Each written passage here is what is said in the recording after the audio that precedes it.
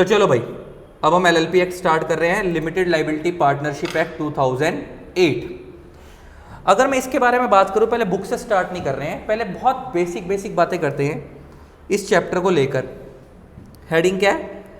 Limited liability partnership act 2008, और इसको हम शॉर्ट में एलएलपी एक्ट 2008 भी बोलते हैं। ठीक है जी। अब नाम से क्या क्लियर हो रहा है, सुनना बड़े ध्यान से। Limited liability partnership. अच्छा, एक चीज तो क्लियर हो रही है, 2008 क्या डिनोट कर रहा है कि एक्ट इंडिया में कब आया होगा? 2008 में आया होगा। अगर तुमने देखा हो तो तुमने पार्टनरशिप एक्ट 1932 पढ़ा था, कॉन्ट्रैक्ट एक्ट 1872 पढ़ा था, सेल ऑफ गुड्स एक्ट 1930 पढ़ा था। तो सब बहुत पुराने लॉ थे। क्या ये 21st सेंचुरी का लॉ है? इसका मतलब ज़्यादा पुराना नहीं है। अच्छा, कोई भी लॉ जब लाया जाता है तो एक चीज़ तो क्लियर है कि कोई चीज़ समाज में हो नहीं रही है, उसको लाने के लिए लाया जाता है। कोई चीज़ समाज में हो रही है, गलत तरीके से हो रही है, हमें दिक्कतें फेस हो रही हैं, उसको ठीक करने के लिए लाया जाता है। अगर मान लो समाज में डायनासोर है ही नहीं, तो क्या डायनासोर को रेगुलेट करने के लिए लॉ बना दोगे? या समाज में पहले डायनासोर होंगे, अगर वो गलत तरीके से कुछ कर रहे होंगे तो उनको रेगुलेट करने के लिए लॉ बनाया जा सकता है। ऐसे समझ आते हैं, पहले चीज एग्जिस्टेंस में आती है, फिर उसको रेगुलेट करने के लिए लॉ लाया जाता है। जैसे इंफॉर्मेशन टेक्नोलॉजी एक्ट 2000 है। जब इंडिया में टेक्नोलॉजी थी ही नहीं तो टेक्नोलॉजी वाले फ्रॉड भी नहीं होते थे, एटीएम वाले फ्रॉड भी नहीं होते थे, नेट बैंकिंग वाले फ्रॉड भी नहीं होते थे। Over a period of time जब जैसे जैसे टेक्नोलॉजी ग्रो करी तो क्या फ्रॉड होने चालू हुए? तो क्या नीड फील हुई कि यार ऐसे क्राइम्स भी होते हैं, क्या इसके लिए भी रेगुलेट करने के लिए लॉ आना चाहिए? तो उस टाइम पे कौन सा लॉ आया था? इंफॉर्मेशन टेक्नोलॉजी एक्ट 2000 आया था। इसका मतलब पहले कोई चीज आती है, उसमें कोई कमी होती है, उन कमियों को दूर करने के लिए एक लॉ लाया जाता है। अब ये सुनना बड़े ध्यान से, क्या है एलएलपी को क्यों लाया गया? It is a mixture of, हम इसे कहते हैं, एक चीज सुनना ध्यान से, हम कहते हैं कि ये एक हाइब्रिड कंसेप्ट है। कौन सा कंसेप्ट है? Hybrid concept. हाइब्रिड का मतलब होता है mixture of two, mixture of two. Hybrid किसी चीज का क्या है?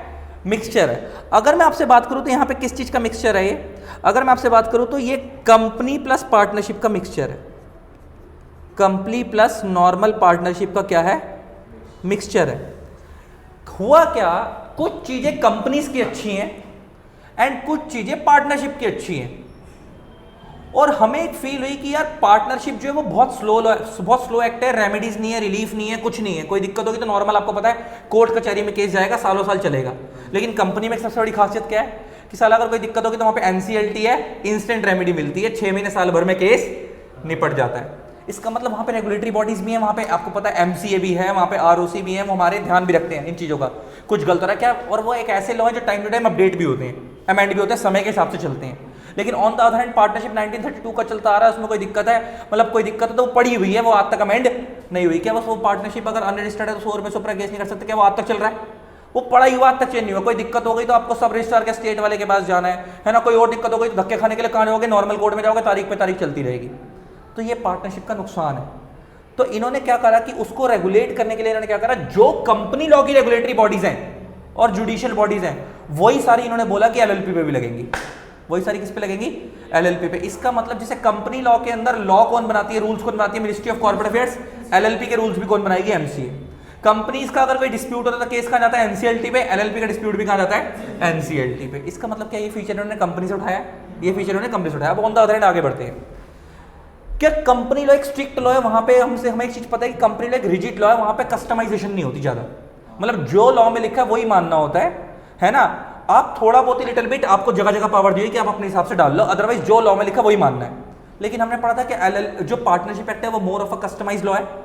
हमने पढ़ा था कि पार्टनरशिप एक्ट के अंदर एक चीज पढ़ी थी कि जगह जगह पार्टनरशिप एक्ट में लिखा हुआ है कि आप अपने हिसाब से पार्टनरशिप डीड में प्रोविजन डाल लो, अगर आप नहीं डालोगे तो आपको पार्टनरशिप एक्ट के प्रोविजन फॉलो करने पड़ेंगे।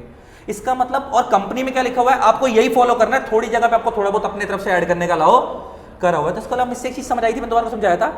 कंपनी एक्ट जो है वो more of a standardize law है, company law more of a standardize law है, less of a customize law है। आपको जो लॉ में लिखा है वही मानना होता है, थोड़ा बहुत ही आप अपने इंसर्ट कर सकते हो। लेकिन पार्टनरशिप एक्ट के अंदर क्या होता है, वो more of a customize law है, आप अपने हिसाब से सब कुछ एलएलपी में प्रोविजन, वो पार्टनरशिप डीड में प्रोविजन डाल लो। अगर आपने पार्टनरशिप डीड में प्रोविजन नहीं डाले तो क्या आपको फॉलो करना है? तो आपको पार्टनरशिप एक्ट फॉलो करना पड़ेगा साथ साथ कुछ चीजों के लिए। यहां पे क्या है, इन्होंने क्या करा, यहां पे जैसे कंपनी के केस में एमओए होते हैं, एलएलपी के केस में पार्टनरशिप के केस में पार्टनरशिप डीड होती है, एलएलपी के केस में एलएलपी एग्रीमेंट है। क्या होता है? LLP agreement. और यहां पे इन्होंने आपको सेम पावर दी है, पार्टनरशिप वाली, कंपनी वाली नहीं, पार्टनरशिप वाली। यहां पे ये बोल रहे हैं कि आप अपने हिसाब से राइट और ड्यूटीज डिसाइड करो पार्टनर्स की। अगर आप डिसाइड नहीं करोगे तो एलएलपी एक्ट लगेगा। तो कह सकता हूं कि ये मोर ऑफ वापस कस्टमाइज लॉ है। तो ये फीचर इन्होंने कहां से उठाया? ये पार्टनरशिप से उठाया, कंपनी से नहीं उठाया। तो इसका मतलब वो वाला बेनिफिट कहां का था? कंपनी का। तो जो कंपनी का अच्छा था उन्होंने वहां से वो उठाया। अच्छा, लेकिन कंपनी के अंदर क्योंकि हर चीज स्टैंडर्डाइज है तो वहां पे लॉ ज्यादा है, कॉस्ट ज्यादा है, सब कुछ ज्यादा है। लेकिन क्या पार्टनरशिप में ये सब नहीं होता? कॉस्ट कम होती है। तो इन्होंने क्या करा कि कॉस्ट कम कर रखने के चक्कर में कि ज्यादा बर्डन ना आए और चीज लीगल वे में रेगुलेट भी हो जाए, तो इन्होंने क्या बनाया? एलएलपी बनाई, जिसमें एलएलपी की कॉस्ट पार्टनरशिप से थोड़ी सी ज्यादा है लेकिन कंपनी से कम है। और सबसे बड़ी बात है कि अगर कोई भी दिक्कत होगी क्या फायदा होगा यहाँ पे? यहां पे आप अपने हिसाब से पहले राइट और ड्यूटी डिसाइड करोगे, कस्टमाइजेशन है। और अगर यहां पे अगर आपने डिसाइड नहीं करा तो फिर आपको क्या फॉलो करना है? एलएलपी एक्ट फॉलो करना है। अच्छा, एक और आगे बात बढ़ते हैं। क्या आपने एक चीज पढ़ी होगी, बड़े ध्यान से सुनना, कि कंपनी के केस के अंदर अगर आपने देखा हो तो वहां पे लाइबिलिटी जो होती थी, लाइबिलिटी वो जनरली क्या होती है? लिमिटेड होती है। और पार्टनरशिप के केस में लाइबिलिटी क्या होती है? अनलिमिटेड। अच्छा, अनलिमिटेड लाइबिलिटी बेटर होती है, लिमिटेड लाइबिलिटी बेटर होती है? लिमिटेड लाइबिलिटी बेटर होती है कि कल को आप पर्सनली लायबल नहीं होगे। तो इन्होंने एलएलपी का जो कंसेप्ट लाया, इन्होंने स्टार्टिंग से फ्रॉम द डे वन क्या रखा? Limited liability partnership. अरे इसका मतलब इसकी लाइबिलिटी स्टार्टिंग से फ्रॉम द डे वन क्या है? लिमिटेड है। इसका मतलब क्योंकि ये फीचर कंपनी का अच्छा था तो इन्होंने वहां से उठाया। तो आपको एक बात तो समझ आ गई, ये it is nothing but a mixture of company and partnership. जिसका जो अच्छा था वो उठाकर क्या कर दिया? यहां डाल दिया और एक नया लॉ बना दिया, एलएलपी एक्ट 2008। समझ आया पहले एलएलपी का बेस क्या है, इसे क्यों लाया गया? ठीक है जी। अब मैं क्या कर रहा हूं, एक कंपैरिजन टेबल बनवा रहा हूं। हेडिंग डालेंगे, इस तरफ कंपनी, एक तरफ एलएलपी, एक तरफ पार्टनरशिप, और तीनों में फर्क समझेंगे कहां है। फिर ऑटोमेटिक क्लियर होता जाएगा चीजें, फिर आगे बढ़ेगा। अच्छा, एक बात बताओ, क्या कंपनी के केस के अंदर सेपरेट लीगल एंटिटी का कंसेप्ट होता है? सेपरेट लीगल एंटिटी का मतलब होता है कल को कोई डिस्प्यूट होगा तो केस कंपनी के नाम पे होगा, उसके मेंबर्स के नाम पे नहीं होगा। लेकिन क्या आपको पता है पार्टनरशिप के केस में सेपरेट लीगल एंटिटी का कंसेप्ट नहीं होता। अगर कल को कोई डिस्प्यूट होगा तो पार्टनर्स के पर्सनल नाम पे केस होगा, पार्टनरशिप के नाम पे नहीं होगा। अच्छा, ये क्या कंपनी के लिए ज्यादा बेटर का, ये ज्यादा अच्छी चीज है? सेपरेट लीगल एंटिटी होना ज्यादा अच्छी चीज है। तो इन्होंने एलएलपी में सेपरेट लीगल एंटिटी कंसेप्ट डाला है। एलएलपी की क्या है? सेपरेट लीगल एंटिटी है। अच्छा, कंपनी के केस के अंदर म्यूचुअल एजेंसी का कंसेप्ट लगता है। म्यूचुअल एजेंसी क्या था? आप लोगों ने पार्टनरशिप एक्ट पढ़ा है कि अगर एक पार्टनर ने गलती करी, कुछ गलत करा फर्म के, तो सारे पार्टनर्स लायबल होंगे। क्या ये अच्छी चीज है? बुरी चीज है? बुरी चीज है यार, सब फंस रहे हैं बेचारे। एक की गलती के चक्कर में सबको भुगतनी पड़ रही है। लेकिन कंपनी में क्या होता है? जो गलती करता है वही भुगतता है। इसका मतलब कंपनी में म्यूचुअल एजेंसी का कंसेप्ट नहीं होता, लेकिन पार्टनरशिप में होता है। तो इन्होंने ये वाला कंसेप्ट कंपनी से उठाया, इन्होंने म्यूचुअल एजेंसी का कंसेप्ट नहीं रखा। किसमें? एलएलपी में। इसका मतलब ले दे के एक चीज तो समझ आ रही है, जो जिसका अच्छा था वो उठाकर डाल दिया। अच्छा, तो इसका मतलब जो जिसका अच्छा था वो उठाकर डाल दिया। अब एक कंपैरिजन टेबल बनाओ, आओ चलो। किसमें बना रहे हैं हम कंपैरिजन टेबल? अच्छा, पहले एक चीज रुक जाओ। स्टार्ट करने से पहले ना, कंपैरिजन टेबल बनाने से पहले लॉ बोलता है LLP is a body corporate. LLP क्या है? एक बॉडी कॉर्पोरेट है। और आपको पता है, ये बात मैंने कंपनी लॉ में पढ़वाई थी कि जैसे हम बॉडी कॉर्पोरेट बोलते तो बात खत्म हो जाती है। Body corporate means it has every feature of a company, like it has separate legal entity, it has perpetual succession, it has common seal. वो सारे कंसेप्ट इसके ऊपर भी लगेंगे जो कंपनी के ऊपर लगते हैं। तो जैसे हम बोल रहे हैं कि एलएलपी एक बॉडी कॉर्पोरेट है, तो क्या इसका मतलब इसकी एक सेपरेट लीगल एंटिटी है? बॉडी कॉर्पोरेट का मतलब ही क्या होता है? इसकी एक सेपरेट लीगल एंटिटी है। दूसरा, अच्छा, सेपरेट लीगल एंटिटी का मतलब है एलएलपी एक अलग चीज है और उसके मेंबर्स एक अलग चीज है। मतलब उसके मेंबर्स कौन होंगे यहाँ पे? पार्टनर्स। वो एक अलग चीज है, दोनों का अलग अलग ट्रीट होगा। कल को कोई पार्टनर गलत काम करता है एलएलपी के बिहाफ पे, तो पहला केस किसके नाम पे होगा? एलएलपी के नाम पे होगा। नेक्स्ट, परपेचुअल सक्सेशन है। क्या ये फीचर भी आपने कंपनी लॉ में पढ़ा था? परपेचुअल सक्सेशन का मतलब क्या होता है? मेंबर्स में कम, मेंबर में गो, कंपनी गोज ऑन फॉरएवर। ये पढ़ा था ना? तो सेम इसका मतलब ये कि अच्छा, क्या ये चीज ये भी इन्होंने देखा? अच्छा, पार्टनरशिप में क्या होता है? एक पार्टनर मर गया, पार्टनरशिप डिसॉल्व हो जाती है, ऐसे ही होता है ना? लेकिन कंपनी के केस के अंदर क्या होता है? सारे मेंबर मर भी जाएंगे तब भी कंपनी खत्म नहीं होती, वो आरओसी के रिकॉर्ड में जिंदा रहती है। और हमने वो कंसेप्ट पढ़ा था, मेंबर में कम, मेंबर में गो, कंपनी गोज ऑन तो सेम कंसेप्ट यहां भी है, सेम कंसेप्ट। क्या कंसेप्ट है यहां पे कि एलएलपी के केस के अंदर परपेचुअल सक्सेशन है, इसका मतलब अगर सारे पार्टनर्स मर भी जाएंगे तो एलएलपी खत्म नहीं होगी, उसके जो पार्टनर्स के जो रिप्रेजेंटेटिव्स हैं, आगे लीगल हायर्स हैं, वो आके उस पार्टनरशिप को चलाएंगे, कंटिन्यू करेंगे। आगे बढ़ो, आगे बढ़ो। तीसरा, कॉमन सील। अच्छा, क्या कंपनी के केस में कॉमन सील ऑप्शनल थी? कॉमन सील क्या होता है? Official signature of the company. अच्छा, कंपनी तो एक आर्टिफिशियल पर्सन है, वो खुद तो साइन कर नहीं पाएगी, तो उसके बिहाफ पे उसकी क्या लगाई जाती है? स्टैंप लगाई जाती है। मगर मैंने बताया था वो ऑप्शनल है, क्योंकि आजकल कंपनीज इंक वाली स्टैंप यूज करती हैं, रबर स्टैंप यूज करती हैं, है ना। कॉमन सील अब वो वाला यूज नहीं करती है, और कॉमन सील तो आपको पता है इंकलेस होती है ना। इसका मतलब वहां पे भी ऑप्शनल थी, कॉमन सील यहां भी ऑप्शनल है, यहां भी क्या है? ऑप्शनल ही है। लेकिन समझ आ गई कि एलएलपी एक बॉडी कॉर्पोरेट है, एलएलपी एक नॉर्मल एंटिटी नहीं है, नॉर्मल पार्टनरशिप की तरह नहीं है। इसके ऊपर सारे फीचर्स कौन से वाले लगेंगे? कंपनी वाले लगेंगे। तो अब आओ कंपैरिजन टेबल बनाते हैं। कंपैरिजन टेबल में फर्क समझते हैं, तीनों में क्या फर्क है, कंपनी में, एलएलपी में और पार्टनरशिप में। लिखो, एक कॉलम बनाते हैं कंपनी का, या ऐसे कर देते, रुको रुको रुको रुको, एक कॉलम बना देते हैं बेसिस का, एक कॉलम बनाते हैं बेसिस का, एक कॉलम बनाते हैं कंपनी का, एक कॉलम बनाते हैं यहां पे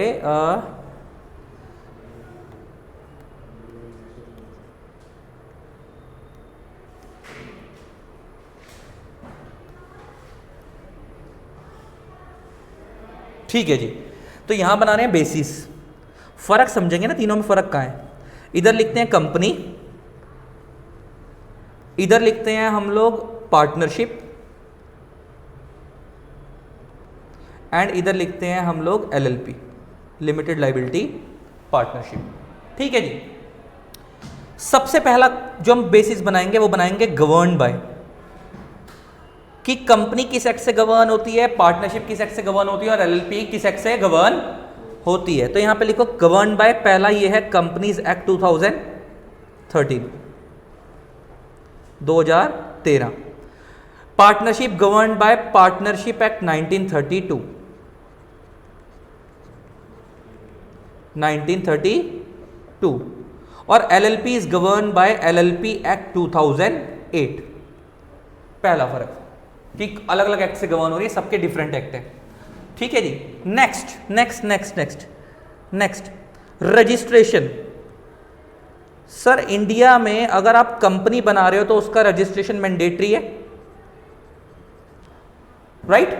अगर आप इंडिया में पार्टनरशिप बना रहे हो तो उसका रजिस्ट्रेशन ऑप्शनल है, आपकी मर्जी है रजिस्ट्रेशन करवाना है करवाओ, नहीं करवाना ना करवाओ, पड़ा है ना। और अगर आप एलएलपी बनाते हो तो उसका रजिस्ट्रेशन मैंडेटरी है।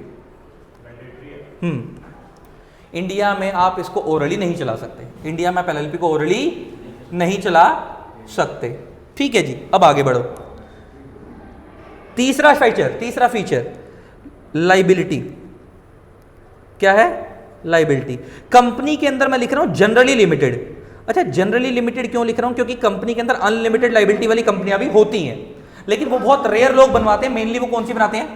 लिमिटेड लाइबिलिटी वाली बनी है, बताई तो थी मैंने।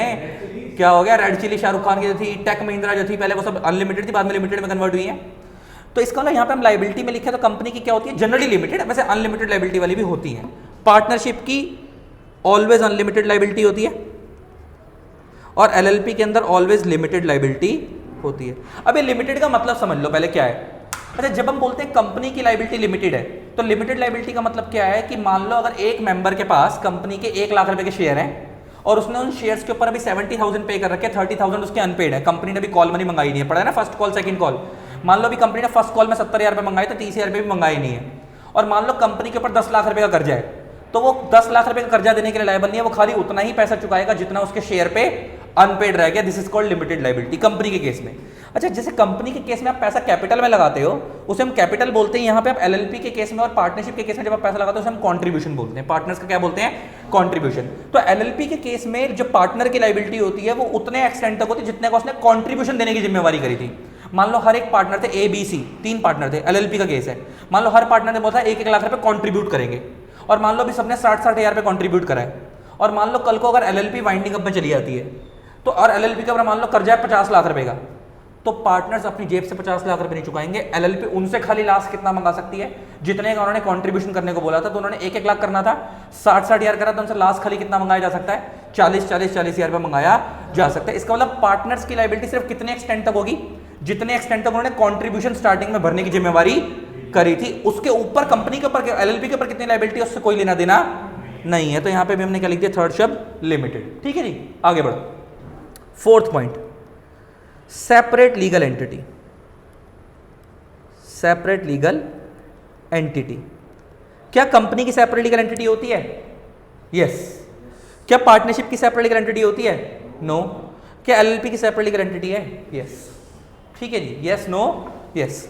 इसका मतलब कंपनी अपने नाम से केस कर सकती है, सामने वाला कंपनी के नाम पे केस कर सकता है। पार्टनरशिप में सेपरेट लीगल एंटिटी का कोई कंसेप्ट नहीं होता। अगर कल को कोई डिस्प्यूट होगा तो पार्टनर्स के नाम पे केस होगा, और एलएलपी के अंदर अगर कोई डिस्प्यूट होगा कंपनी के एलएलपी के नाम पे होगा, पार्टनर्स के नाम पे नहीं होगा। तो इसका यहां पे सेपरेट लीगल एंटिटी होती है। आगे बढ़ो जी,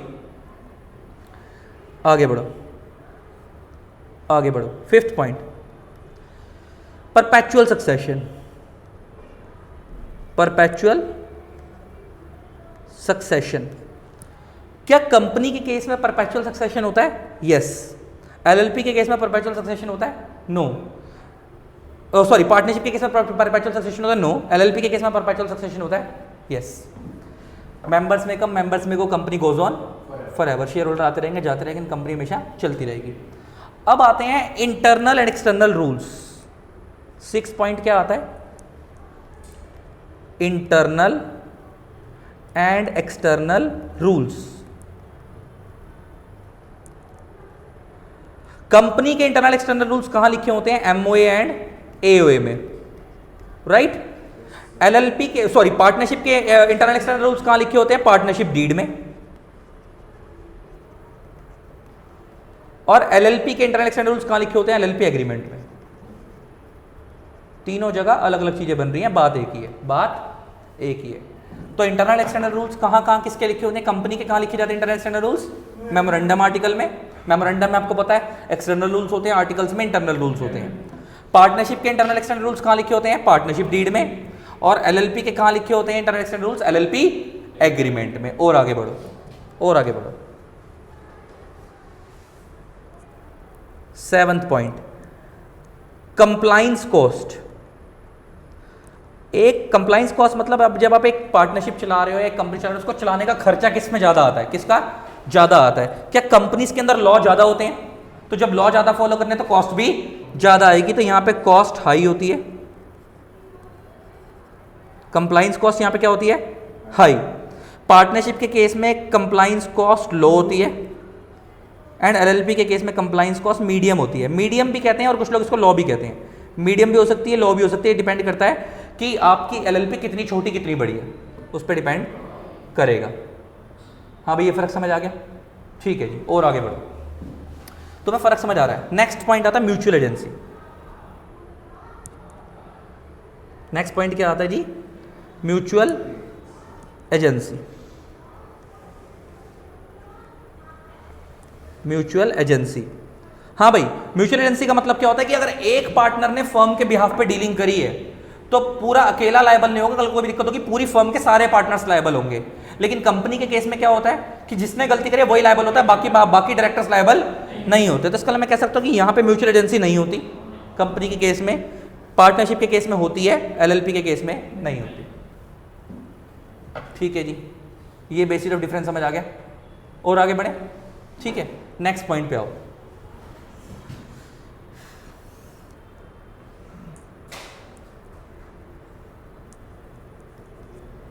नेक्स्ट पॉइंट पे आओ। कंपनी के केस के अंदर अब हम यहां बात कर रहे हैं ऑनरशिप एंड मैनेजमेंट की। ऑनरशिप एंड मैनेजमेंट, पहले ना यहां पे इसको समझाने से पहले ना मैं तुम्हें एक चीज समझा रहा हूं, उसके बाद बात करेंगे। रुक जाओ, पहले मैं इसको लिखवा नहीं रहा ऑनरशिप एंड मैनेजमेंट वाले कॉलम में, पहले मैं कुछ समझा रहा हूं, पहले वो समझो। रुको,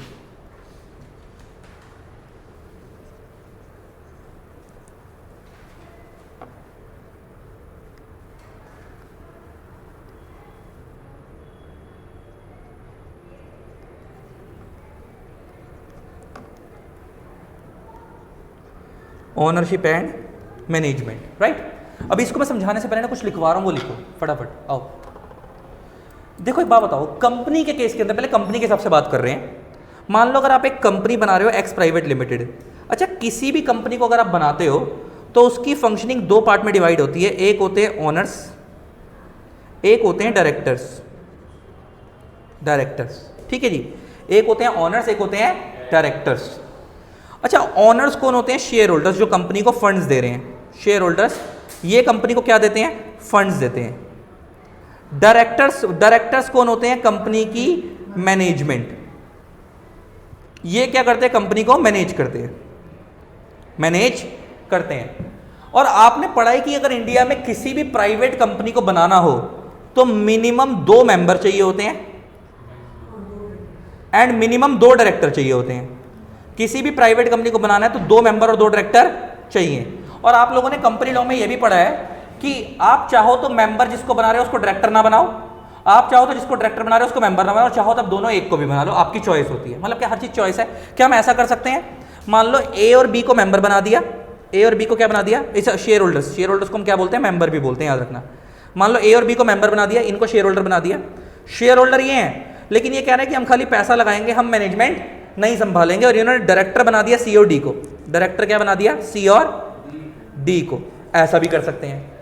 इसका मतलब ये डायरेक्टर है लेकिन शेयर होल्डर नहीं है, ये शेयर होल्डर है लेकिन डायरेक्टर नहीं है। इसका डायरेक्टर बनने के लिए शेयर होल्डर बनना जरूरी नहीं है, शेयर होल्डर बनने के लिए डायरेक्टर बनना जरूरी नहीं है। और केस 3 ऐसा भी हो सकता है कि ए और बी ये बोले कि भाई हम दोनों शेयर होल्डर हैं और हम ही डायरेक्टर भी बनना चाहते हैं। शेयर होल्डर भी हम है, डायरेक्टर भी हम है, ये भी अलाउड है, ये भी अलाउड है। इसका मतलब कंपनी के केस के अंदर मैं ये कह सकता हूँ कि ओनरशिप और मैनेजमेंट सेपरेट है। वो तो आप कंबाइन करना चाहो तो कर सकते, लेकिन वैसे सेपरेट है। ओनर अलग होंगे, डायरेक्टर अलग होंगे। लेकिन अब इधर आना, क्या पार्टनरशिप के केस में अब एक चीज पूछना, मान लो एक XYZ फर्म है और मान लो उसको 2 पार्टनर्स ने बनाया, एक्स और वाई, ये 2 पार्टनर्स ने बनाया है। अच्छा, इन 2 पार्टनर्स ने बनाया, यही इसको चला रहे हैं, क्या फंड्स भी यही लगाएंगे? फंड्स भी यही लगाएंगे, प्लस इसको मैनेज भी यही करेंगे। इसका मतलब फर्म के केस के अंदर, पार्टनरशिप फर्म के केस में ऑनरशिप और मैनेजमेंट सेपरेट नहीं होती है, लेकिन कंपनी के केस में ऑनरशिप अलग होती है, मैनेजमेंट अलग होती है। अब इसमें आओ, एक तीसरी चीज समझा रहा हूं, LLP में। ये तो मैंने नॉर्मल फर्म की बात करी, किसकी? नॉर्मल पार्टनरशिप फर्म की। अच्छा, नॉर्मल पार्टनरशिप फर्म में एक कंसेप्ट है, ध्यान से सुनना। एक कंसेप्ट है डेजिग्नेटेड पार्टनर्स का, इसको हम बोलते हैं डेजिग्नेटेड पार्टनर्स, शॉर्ट में हम इन्हें बोलते हैं DPs। और एक कंसेप्ट होता है नॉर्मल पार्टनर्स का, नॉर्मल पार्टनर्स का। डेजिग्नेटेड पार्टनर वो बंदे हैं, डेजिग्नेटेड पार्टनर वो वाले बंदे हैं जो LLP में पैसा भी लगा रहे हैं और LLP को मैनेज भी कर रहे हैं। लेकिन जब हम बोले पार्टनर्स तो ये खाली वो बंदे जो पैसा लगा रहे हैं लेकिन मैनेज नहीं कर रहे हैं। तो मैं कह सकता हूं कि डेजिग्नेटेड पार्टनर वो वाली कैपेसिटी में काम कर रहे हैं जो कंपनी के अंदर वो वाले बंदे होते हैं जो शेयर होल्डर प्लस डायरेक्टर दोनों का काम करते हैं। तो कंपनी में जैसे ए और बी है, वो शेयर होल्डर प्लस डायरेक्टर दोनों का काम कर रहे हैं, मतलब वो पैसा भी लगा रहे हैं और मैनेज भी कर रहे हैं। लेकिन वहां पे तो उनके पास चॉइस थी कि वो उसको सेपरेट कर सकते थे, वहां पर उन पे चॉइस थी, उसको सेपरेट कर सकते थे। लेकिन LLP के केस में लॉ ये बोलता है कि अगर आप LLP बना रहे हो और सिर्फ 2 ही बंदों से बना रहे हो तो वो ऑलवेज डेजिग्नेटेड पार्टनर होंगे, ऑलवेज डेजिग्नेटेड होंगे। मतलब क्या? उनको पैसा भी लगाना पड़ेगा और उनका मैनेजमेंट भी करनी पड़ेगी, दोनों को सेपरेट नहीं कर सकते। लेकिन क्या कंपनी के केस में ऐसा होता है? कंपनी के केस में हम चाहे तो हम खुद बने शेयर होल्डर डायरेक्टर, चाहे तो हम सेपरेट भी कर सकते हैं। चाहे तो हम पैसा लगाएं, डायरेक्टर हम ना बने, डायरेक्टर किसी और को बना दें, है ना। और चाहे तो हम खुद ही शेयर होल्डर बने, खुद ही डायरेक्टर बने। इसका मतलब कंपनी के केस में ऑनरशिप और मैनेजमेंट सेपरेट होती है। लेकिन पार्टनरशिप, नॉर्मल पार्टनरशिप के केस में ऑनरशिप मैनेजमेंट सेपरेट होती है? नहीं होती है। वहां पे जो पैसा लगा रहा है वही मैनेज करेगा। और LLP के केस में क्या मैंने बोला, जो 2 तरीके के पार्टनर होते हैं, कौन कौन से? एक डेजिग्नेटेड पार्टनर और एक पार्टनर। डेजिग्नेटेड पार्टनर वो वाली कैपेसिटी वाला बंदा है, कौन सी कैपेसिटी वाला? जो मैनेजमेंट भी संभाल रहा है प्लस पैसा भी लगा रहा है। और पार्टनर कौन सी कैपेसिटी वाला बंदा है? जो खाली पैसा लगा रहा है, मैनेजमेंट में इंटरफेयर नहीं कर रहा। अब तुमको समझने वाली चीज ये है कि लॉ बोलते हैं कि अगर आप LLP बना रहे हो और 2 ही बंदों से बना रहे हो तो वो ऑलवेज दोनों कौन होंगे? DPs होंगे। अच्छा, इसका DP होंगे, इसका मतलब क्या उन्हें पैसा भी लगाना पड़ेगा, क्या उन्हें मैनेजमेंट भी संभालनी पड़ेगी? इसका LLP के केस में मैनेजमेंट और ओनरशिप सेपरेट नहीं है, नहीं होती ना, लेकिन कंपनी के केस में होती है। आओ भाई, ये अब तुम्हारे को कॉलम समझ आ गया। 9th पॉइंट क्या था? Ownership and management. तो यहां पे ओनरशिप एंड मैनेजमेंट सेपरेट है, राइट? यहां पे ओनरशिप और मैनेजमेंट सेपरेट नहीं है एंड यहां पे भी ओनरशिप और मैनेजमेंट सेपरेट नहीं है। कहानी समझ आ गई? पक्का? रीजन समझ आया कैसे? ठीक है जी। हाँ भाई, क्लियर हुआ? और आगे बढ़े, कंपैरिजन टेबल तो खत्म हो गया, जो इक्के दुक्के 2-4 पॉइंट और आएंगे वो वहीं देख लेंगे। मोटा मोटा मेरे हिसाब से जो मेन कंपैरिजन बनते हैं वो हो गए। अगर पेपर में 5 नंबर क्वेश्चन आ भी गया, कंपनी और एलएलपी में डिफरेंस बताओ या पार्टनरशिप और एलएलपी में डिफरेंस बताओ, तो तुम्हारे यहीं से खत्म हो गए सारे, बड़े आराम से। तुम्हारे दिमाग में फिट है सारे, तुम्हें पता है कि इसमें क्या होता है। ठीक है जी, इसको चार्ट को पढ़ जाना, बात खत्म हो जाएगी, है ना। बुक में तो ऐसे दिया हुआ है, अगर तुम इसको देखोगे तो बुक में अलग तरीके से दिया हुआ है, नीचे लाइनें बना कर, ये रहा, ये रहा, ये थोड़ा नीचे गए, ये रहा characteristics and features of LLP के बाद नीचे की तरफ आए तो distinction between LLP partnership, distinction between LLP and company. अच्छा, एलएलपी एंड कंपनी, क्या हमने तो यहाँ पे पार्टनरशिप, कंपनी और एलएलपी का कंबाइंड डिफरेंस देख लिया। ठीक है जी, चलो अब आगे बढ़ते हैं, मैं कुछ और बताने जा रहा हूँ, और आगे बढ़े, चलो कुछ नए नए पॉइंट सीखते हैं। और जैसे कंपनी में पहले हर चीज को कंपैरिजन में किससे लेके चलूंगा? कंपनी से, क्योंकि फायदा ये है कि अगर आपको कंपनी लॉ समझ आता है तो आपको ये ऑटोमेटिक समझ आता है। इसलिए मैं हमेशा क्या बोलता हूँ, पहले कंपनी लॉ कर लो, बाद में क्या करो, एलएलपी करो। अब सुनना बड़े ध्यान से, मैं क्या बोलने वाला हूं। कंपनी के केस के अंदर क्या होता है, कंपनी के केस में क्या होता है, मान लो मैंने अभी बताया कि अगर मान लो एक प्राइवेट कंपनी बना रहे हो, क्या बना रहे हो, प्राइवेट कंपनी बना रहे हो, तो आपको पता है कि वहां पे दो मेंबर होते हैं मिनिमम, मेंबर मतलब शेयर होल्डर, और 2 क्या होते हैं, डायरेक्टर्स। अच्छा, आपको पता होगा डायरेक्टर बनने के लिए कंपनी लॉ में आपको डिन नंबर चाहिए होता है। डिन नंबर की फुल फॉर्म होती है directors identification number, directors identification number. Share holder बनने के लिए नहीं चाहिए, किसके लिए चाहिए, डायरेक्टर बनने के लिए चाहिए। सुनते चलना ध्यान से।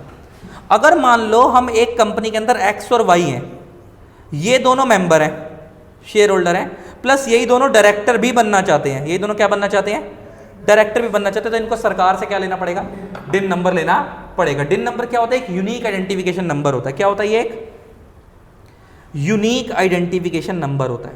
क्या होता है, यूनिक आइडेंटिफिकेशन नंबर। अच्छा, यूनिक आइडेंटिफिकेशन नंबर कैसे, जैसे पहचान कैसे होती है, जैसे तुम बैंक में अकाउंट खुलवाते हो, जैसे मेरा नाम रमनदीप सिंह है, क्या एक बैंक में रमनदीप सिंह नाम के 50 लोग होंगे? अच्छा, उनकी पहचान कैसे होगी कि वो सारे रमनदीप सिंह कौन से वाले हैं, उनके बैंक अकाउंट नंबर से। क्या बैंक अकाउंट नंबर सबका यूनिक होता है? इसलिए सेम डिन नंबर, एक नाम के क्या हर एक कंपनी में कई डायरेक्टर हो सकते हैं, तो उनकी पहचान कैसे होगी, उनके डिन नंबर से। डिन एक यूनिक नंबर होता है जो हर डायरेक्टर को डायरेक्टर बनने से पहले लेना पड़ता है। तो ये तो हो गया डायरेक्टर के केस के अंदर। अच्छा, अगर मान लो ये एक्स और वाई हैं, यही मेंबर बन रहे हैं और यही डायरेक्टर बन रहे हैं, तो इनको डिन नंबर भी चाहिए होगा क्योंकि ये डायरेक्टर बन रहे हैं। लेकिन अगर मान लो ये एक्स और वाई कहते हैं जी मेंबर तो हम बनेंगे लेकिन डायरेक्टर हम नहीं बनेंगे, डायरेक्टर हम किसी वाई और जेड को, मतलब किसी ए और बी को बनाएंगे। मेंबर तो बनेंगे लेकिन ये कह रहे हैं कि हम डायरेक्टर किसको बनाएंगे, ए और बी को, ए और बी को डायरेक्टर बनाएंगे, डायरेक्टर्स बनाएंगे। तो डिन नंबर इनको लेना है, एक्स और वाई को नहीं लेना। डिन नंबर किसको लेना है, इन लोगों को लेना पड़ेगा, इनको नहीं लेना। अच्छा, तो मैं दिखा भी देता हूँ, ये लो, क्या हर डायरेक्टर के आगे डिन नंबर लिखा होता है? ये लो, ये देखो, ये देखो जी। हम चलते हैं एमसीए की साइट पे, कहाँ से पता लगता है डायरेक्टर नंबर, डिन नंबर? ये हम एमसीए की साइट पे गए, एमसीए सर्विसेज में गए, यहाँ पे मास्टर डेटा आ रहा है, व्यू कंपनी और एलएलपी मास्टर डेटा। आप एलएलपी का भी देख सकते हो और कंपनी का भी देख सकते हो। अब हम यहाँ पे लिख देते हैं रिलायंस इंडस्ट्रीज लिख देते हैं, रिलायंस इंडस्ट्रीज लिमिटेड। कोई बात नहीं, अभी हमें तो कुछ और ही चेक करना है। डॉलमेंट, क्या नाम है इसका, क्या लिखा रहा है, DOLMENT है ना, डॉलमेंट आ गया। अच्छा, अब तुम यहाँ पे देखोगे तो नीचे की तरफ चलते हैं, रिलायंस की डिटेल खुल गई। यहाँ पे देखो डायरेक्टर कौन है भाई साहब, इनके मुकेश धीरूभाई अंबानी। क्या उनके आगे डिन नंबर लिखा हुआ है? क्या डिन नंबर है? 123401695, 8 नंबर का डिन नंबर होता है। अच्छा, ये नीचे की तरफ ना तुम यहाँ पे देख रहे होगे कि यहाँ पे पैन नंबर लिखा हुआ है। जो कंपनी के CS होते हैं, CE होते हैं, CFO होते हैं, उनको डिन नंबर थोड़ी लेना होता है, उनको क्या लेना होता है, पैन नंबर। तो उनकी डिटेल भी आती है, लेकिन उनके आगे क्या लिखा होता है, पैन नंबर। जो डायरेक्टर है उनके आगे क्या लिखा होता है, डिन नंबर। यहाँ पे देखो नीचे दिख रही होगी नीता मुकेश अंबानी, दिख रही है, तो इसके आगे भी क्या लिखा हुआ है, इसका डिन नंबर। तो जो डायरेक्टर है उसका डिन नंबर चाहिए। अब आपने समझा, तो डिन नंबर उसको चाहिए जो डायरेक्टर है, जो शेयर होल्डर बनना चाह रहा है या किसी और कैपेसिटी में काम कर रहा है उसको डिन नंबर नहीं चाहिए। अब मैं समझा ये इसलिए रहा था कि मैंने तुम्हें यहाँ पे बताया, जैसे कंपनी के अंदर आप मेंबर बन रहे हो और आप ही डायरेक्टर बन रहे हो, तो आपको डिन चाहिए। लेकिन अगर आप मेंबर बन रहे हो, आप डायरेक्टर किसी और को बना रहे हो, तो मेंबर की कैपेसिटी वालों को डिन नहीं चाहिए, डायरेक्टर की कैपेसिटी वालों को डिन चाहिए। अब सुनना, जैसे यहां पे डिन होता है ना, जैसे यहां पे डिन होता है, ऐसे ही अब एलएलपी के बारे में बात करूं तो एलएलपी के केस में ना डीपिन होता है, डीपिन, डीपिन, डेजिग्नेटेड पार्टनर्स आइडेंटिफिकेशन नंबर। क्या फुल फॉर्म होती है इसकी? डेजिग्नेटेड पार्टनर्स आइडेंटिफिकेशन नंबर, ठीक है जी, डीपिन बोलते हैं इसको। अब सुनना, लॉ कहता है ये डीपिन किसको चाहिए? डेजिग्नेटेड पार्टनर्स को चाहिए, नॉर्मल पार्टनर्स को नहीं चाहिए। क्या सेम कंपनी लॉ वाला कंसेप्ट चल रहा है ना? अच्छा, नॉर्मल पार्टनर्स जो होते हैं कंपनी के केस के अंदर, जो नॉर्मल शेयर होल्डर्स होते हैं, क्या शेयर होल्डर को डिन चाहिए होता है? नहीं चाहिए होता, खाली किसको चाहिए होता है? डायरेक्टर्स को। तो सेम एलएलपी के केस के अंदर जो नॉर्मल पार्टनर होता है वो तो शेयर होल्डर की कैपेसिटी की तरह काम कर रहा है, खाली पैसा लगा के बैठे हैं, उनको डीपिन नंबर नहीं चाहिए। खाली किसको चाहिए? जो डेजिग्नेटेड पार्टनर बन रहे हैं, तो उनको डीपिन नंबर लेना पड़ेगा। इसका मतलब अगर स्टार्टिंग में मान लो एक XYZ एलएलपी बन रही है और मान लो इसको दो बना रहे हैं बंदे X और Y, और ये दोनों कौन बन रहे हैं? इसके डेजिग्नेटेड पार्टनर्स। क्या बन रहे हैं? Designated partners. तो ये लोग पैसा भी लगाएंगे, आपको पता है मैनेजमेंट सेपरेट तो होती नहीं है यहाँ पे, पैसा भी लगाएंगे और मैनेज भी करेंगे, तो इनको तो डीपिन नंबर लेना पड़ेगा, इन दोनों को तो डीपिन नंबर लेना पड़ेगा। मान लो लेकिन अगर Z है, Z को ओनली डिन चाहिए, ओनली क्या, सॉरी, Z ओनली अगर पार्टनर बनना चाहता है, Z अगर क्या बनना चाहता है? ओनली पार्टनर बनना चाहता है। अगर ये डेजिग्नेटेड पार्टनर नहीं बनना चाहता, ओनली पार्टनर बनना चाहता है, तो no need of DPIN, no need of, तो आपको डीपिन नहीं चाहिए, डीपिन नहीं चाहिए। इसका वाला सेम कंसेप्ट कंपनी लॉ वाला कट कॉपी पेस्ट हो गया। वहां पे शेयर होल्डर जो पैसा लगाता है, खाली आप मैनेजमेंट नहीं संभाल रहे तो आपको डिन नंबर नहीं चाहिए, ओनली शेयर होल्डर बन जाओ, पैसा लगा लो, बात खत्म। लेकिन अगर आप मैनेजमेंट भी संभालना चाहते हो तो आपको डिन नंबर भी लेना पड़ेगा। सेम यहाँ पे कंसेप्ट है, अगर आप खाली पैसा लगाना चाहते हो, आप डेजिग्नेटेड पार्टनर नहीं बनना चाहते, तो आपको डीपिन की रिक्वायरमेंट नहीं है। लेकिन अगर आप पैसा भी लगाना चाहते हो और मैनेजमेंट भी संभालना चाहते हो, तो आप डेजिग्नेटेड पार्टनर बनोगे, तो आपको डीपिन लेना पड़ेगा। और लॉ एक चीज और कहता है, मैंने तुम्हारे को एक चीज बताई थी, कंपनी लॉ के केस के अंदर, कंपनी लॉ में जो लॉ रूल्स मेकिंग बॉडी है, रूल्स और रेगुलेटरी बॉडी है, क्या वो एमसीए बनाती है? और कंपनी के अंदर जितनी भी फॉर्म फाइलिंग होती है, क्या वो आरओसी के पास होती है?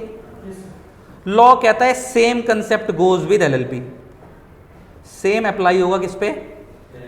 एलएलपी पे। अच्छा, इसका मतलब क्या कि एलएलपी के जो रूल्स होंगे वो कौन बनाएगी? एमसीए बनाएगी, और एलएलपी के जो फॉर्म फाइलिंग होगी सारी, वो भी किसके पास होगी? आरओसी के पास, और वही आरओसी के पास होगी जो नॉर्मल कंपनी वाला आरओसी है, सेम रेगुलेटरी बॉडी, और उनका पोर्टल भी सेम है, कौन सा वाला? एमसीए वाला। एलएलपी भी यहीं से रेगुलेट होती है और कंपनी भी यहीं से रेगुलेट होती है, दोनों का पोर्टल भी सेम है। और सेम अगर कंपनी का कोई डिस्प्यूट होता था तो क्या केस एनसीएलटी में जाता था, नेशनल कंपनी ट्रिब्यूनल में? इनका भी अगर कोई डिस्प्यूट होगा तो केस कहाँ जाएगा? एनसीएलटी में ही जाएगा, नेशनल कंपनी लॉ ट्रिब्यूनल में। ठीक है जी, ये बात समझ आ रही है कि सब कुछ कट कॉपी पेस्ट मार दिया इन लोगों ने, जो उनका अच्छा लग रहा था इन्होंने सब उठाते उठाते चले गए। अब एक चीज समझो, मैंने तुम्हारे को ये बता दिया कि पैसा कहाँ चाहिए कहाँ चाहिए। लॉ बोलता है क्योंकि जब सब कुछ सेम है तो अलग अलग डेटा ना मेंटेन करना पड़े, तो लॉ कहता है अगर कोई मान लो एक पर्सन मिस्टर ए है, वो किसी एक्स प्राइवेट लिमिटेड कंपनी के अंदर डायरेक्टर है, मिस्टर ए क्या है? डायरेक्टर है, तो इसके पास एक डिन नंबर होगा, अगर डायरेक्टर है तो डिन नंबर ऑब्वियस इस पे होगा। लॉ कहता है अगर मान लो कल को यही ए बंदा किसी XYZ एलएलपी के अंदर डेजिग्नेटेड पार्टनर बनना चाहता है, क्या बनना चाहता है? डेजिग्नेटेड पार्टनर, तो इसका यही डिन यहां पे डीपिन ट्रीट होगा, यही डिन यहां पे क्या माना जाएगा? डीपिन, क्योंकि रेगुलेटरी बॉडी है तो यूनिफॉर्मिटी सेम कर दी है।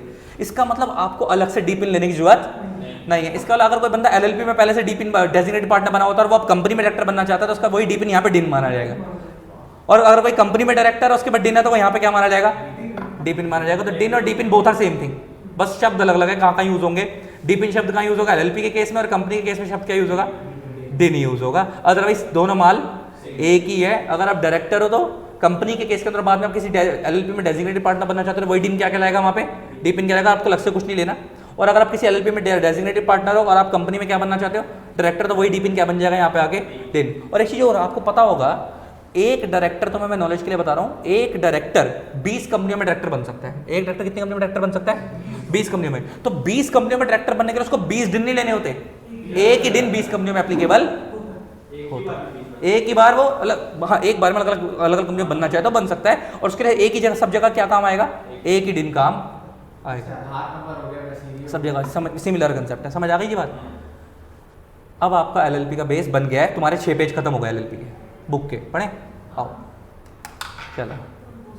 हैं पोज नहीं करना, पहले पढ़वा दूँ एक ही बार, 1 बजे पोज करेंगे, बाद में पूछियो क्लास के, अभी ब्रेक के बाद पूछियो जो पूछना है, ठीक है। पोज करेंगे तो टाइम लग जाएगा ना यार, फायदा नहीं ना, अभी हमारे पास टाइम है नहीं वैसे भी।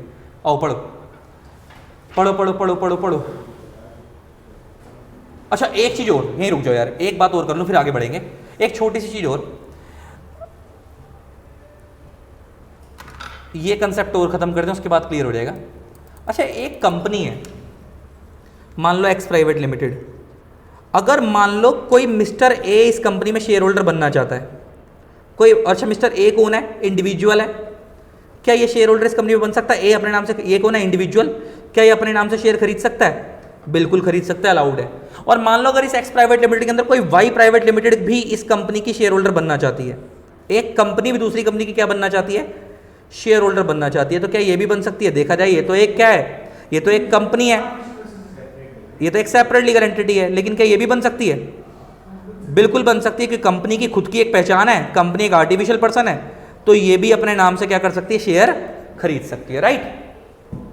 तो इसका मतलब एक मैं समझाना ये चाह रहा हूं कि एक कंपनी के अंदर जो शेयर होल्डर होगा वो इंडिविजुअल भी हो सकता है और कंपनी भी हो सकती है, आर्टिफिशियल पर्सन भी हो सकती है।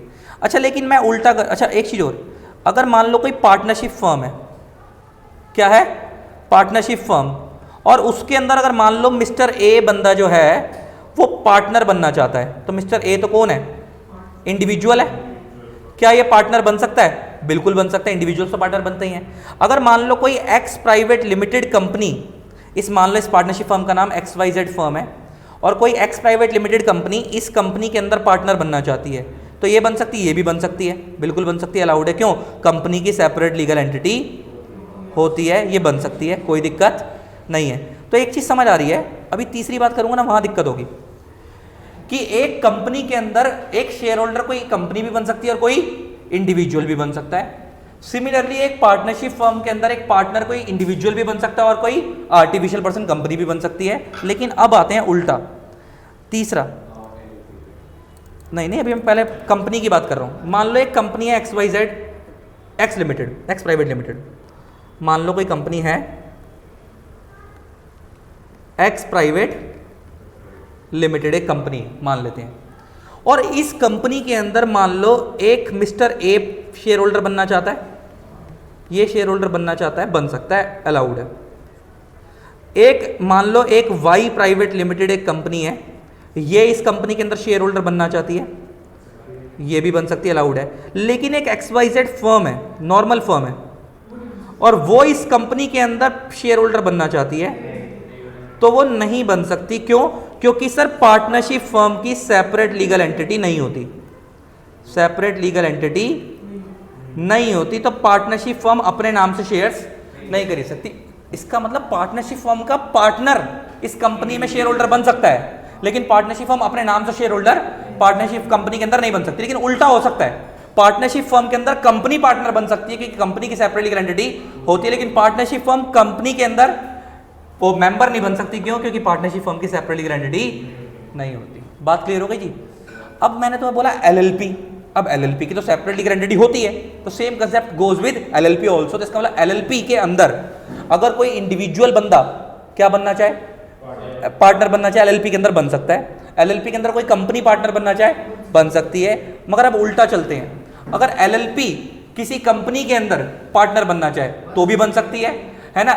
और अब नॉर्मल पार्टनरशिप फर्म से फोकस करते हैं, अगर इधर LLP और इधर पार्टनरशिप फर्म है, LLP इस पार्टनरशिप फर्म में पार्टनर बनना चाहे तो ये तो बन सकती है, लेकिन पार्टनरशिप फर्म इस LLP के अंदर पार्टनर नहीं बन सकती, क्योंकि पार्टनरशिप फर्म की सेपरेट लीगल एंटिटी नहीं हो सकती। तो LLP क्या partnership firm, normal partnership firm में पार्टनर बन सकती है? यस। लेकिन क्या नॉर्मल पार्टनरशिप फर्म LLP के अंदर पार्टनर बन सकती है? नहीं। रीजन क्या है? LLP की सेपरेट लीगल एंटिटी होती है, इसलिए वो किसी भी जगह पे पार्टनर बन सकती है।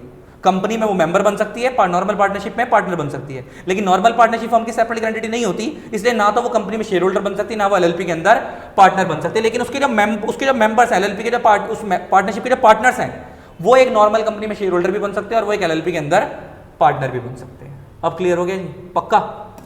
ठीक है जी। ये था तुम्हारा सारा बेस। अब पढ़ना शुरू करो बुक से, अब तुम्हें सब आता है, अब बस पढ़ना है। आओ देखो,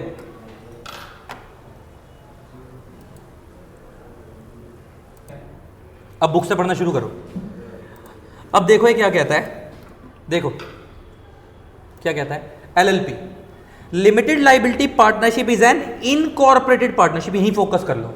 जहां भी आपको याद होगा मैंने बताया था दो तरीके की एसोसिएशन ऑफ पर्सन होती है कंपनी लॉ में, एक होती है इनकॉर्पोरेटेड, एक होती है अनइनकॉर्पोरेटेड। अनइनकॉर्पोरेटेड वो होती है जिसकी सेपरेट लीगल एंटिटी नहीं होती, इनकॉर्पोरेटेड वो होती है जिसकी सेपरेट लीगल एंटिटी होती है। तो यहां पे शब्द क्या आ रहा है, इनकॉर्पोरेटेड पार्टनरशिप, इसका मतलब एलएलपी की सेपरेट लीगल एंटिटी होती है, एलएलपी की सेपरेट लीगल एंटिटी होती है, बात खत्म।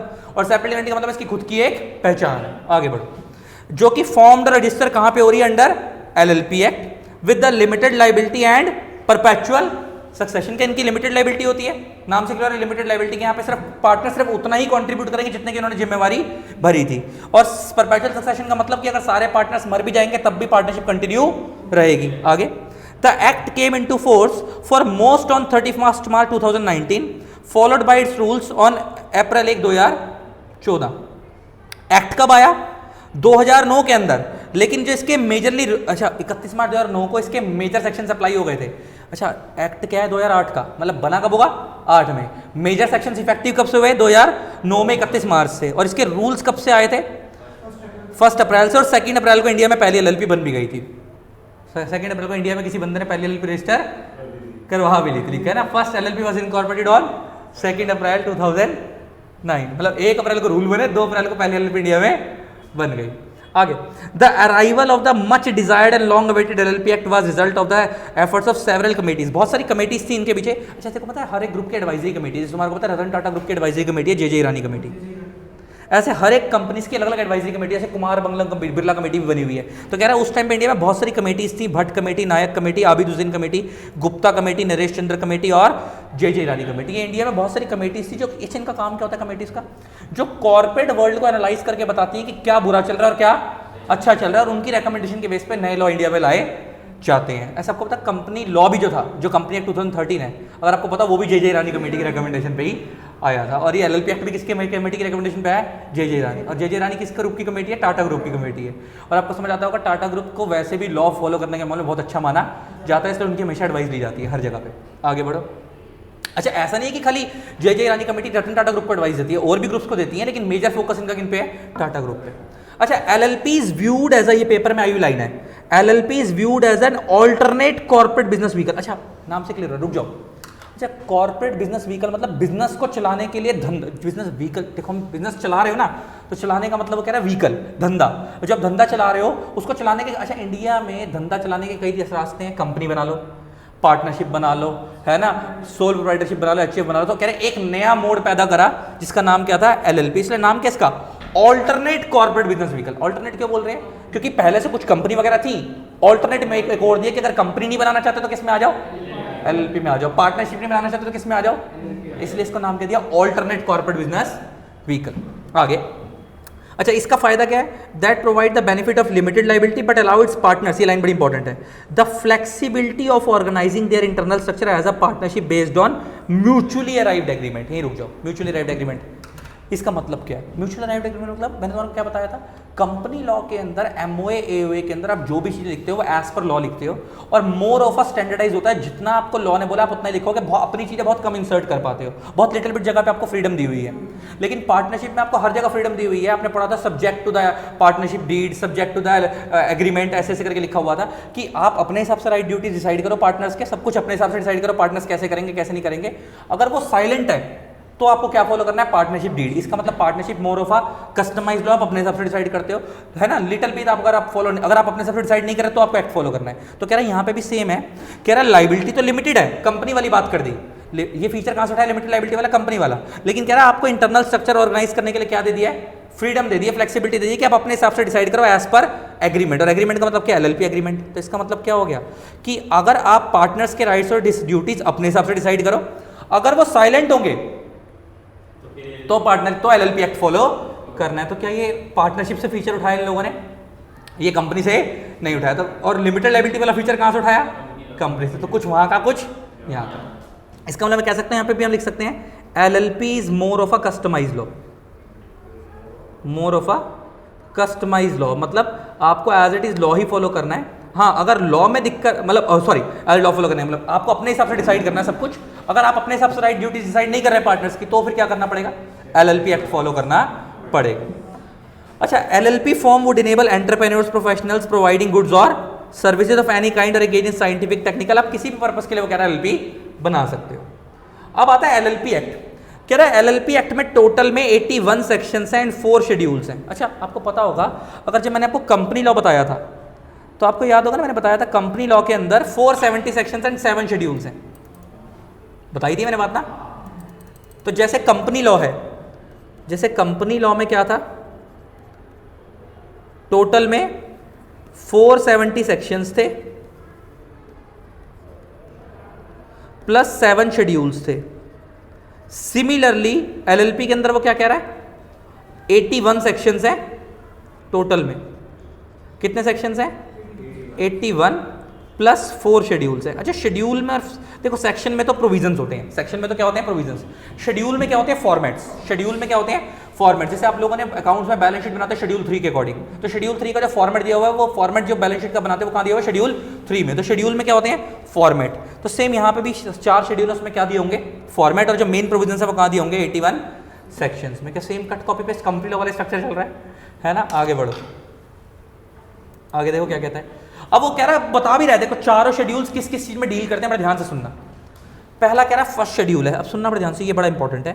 First schedule deals with the mutual rights and duties of the partners as well as limited liability partnership and its partners where there is absence of the formal agreement with respect to them. ही रुक जाओ, इसका मतलब partners के क्या rights होंगे, partners की क्या ड्यूटीज होंगी, LLP के खुद के, क्योंकि LLP पे एक सेपरेट लीगल एंटिटी है, LLP के खुद के क्या राइट्स होंगे, LLP की खुद की क्या ड्यूटीज होंगी।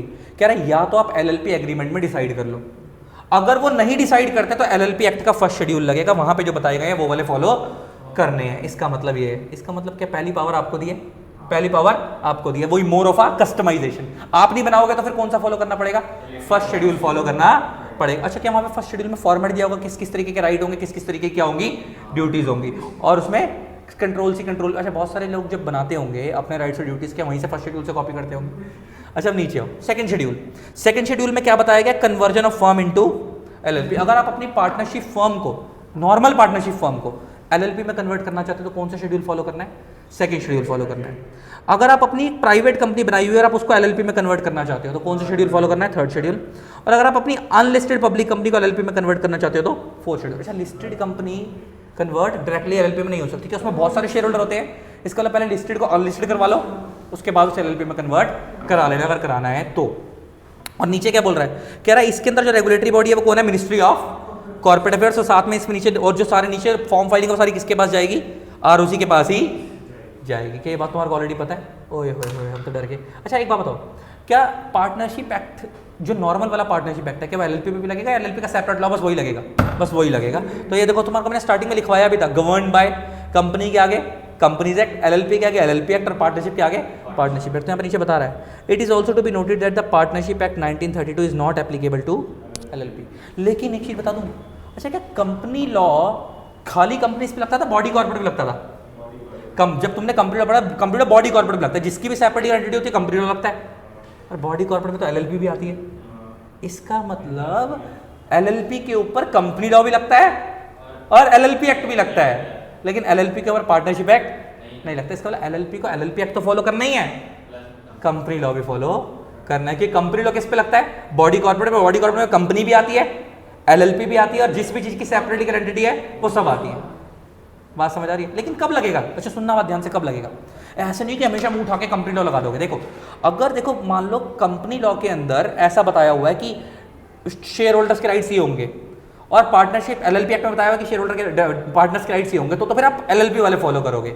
लेकिन जिस जगह पे LLP एक्ट साइलेंट है और उस चीज को लेकर कंपनी एक्ट में प्रोविजन दिए हुए हैं, तो वो वहां से उठा सकते हो, ऐसा मतलब है इसका। ठीक है, वरना नॉर्मली आपको मेन फोकस किस पे करना है, LLP पे ही फोकस करना है जी। आगे बढ़ो। अब इसकी नीड क्या थी, इसको क्यों लाने की जरूरत थी, वो ये बता रहा है। नीड ऑफ LLP, इंडिया में क्यों लाया गया। कह रहा है लॉ मेकर्स एनविसेज, एनविसेज का मतलब होता है provides the needs for bringing out the new legislation, legislation मतलब law, for creation of the LLP to meet the contemporary growth. Contemporary का मतलब होता है प्रेजेंट ग्रोथ।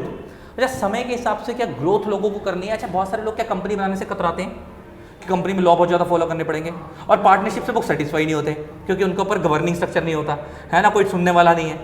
क्या एक बीच की बॉडी आ गई, कंपनी नहीं बनानी और पार्टनरशिप से थोड़ा ऊपर जाना, तो किस में आ जाओ, एलएलपी में आ जाओ।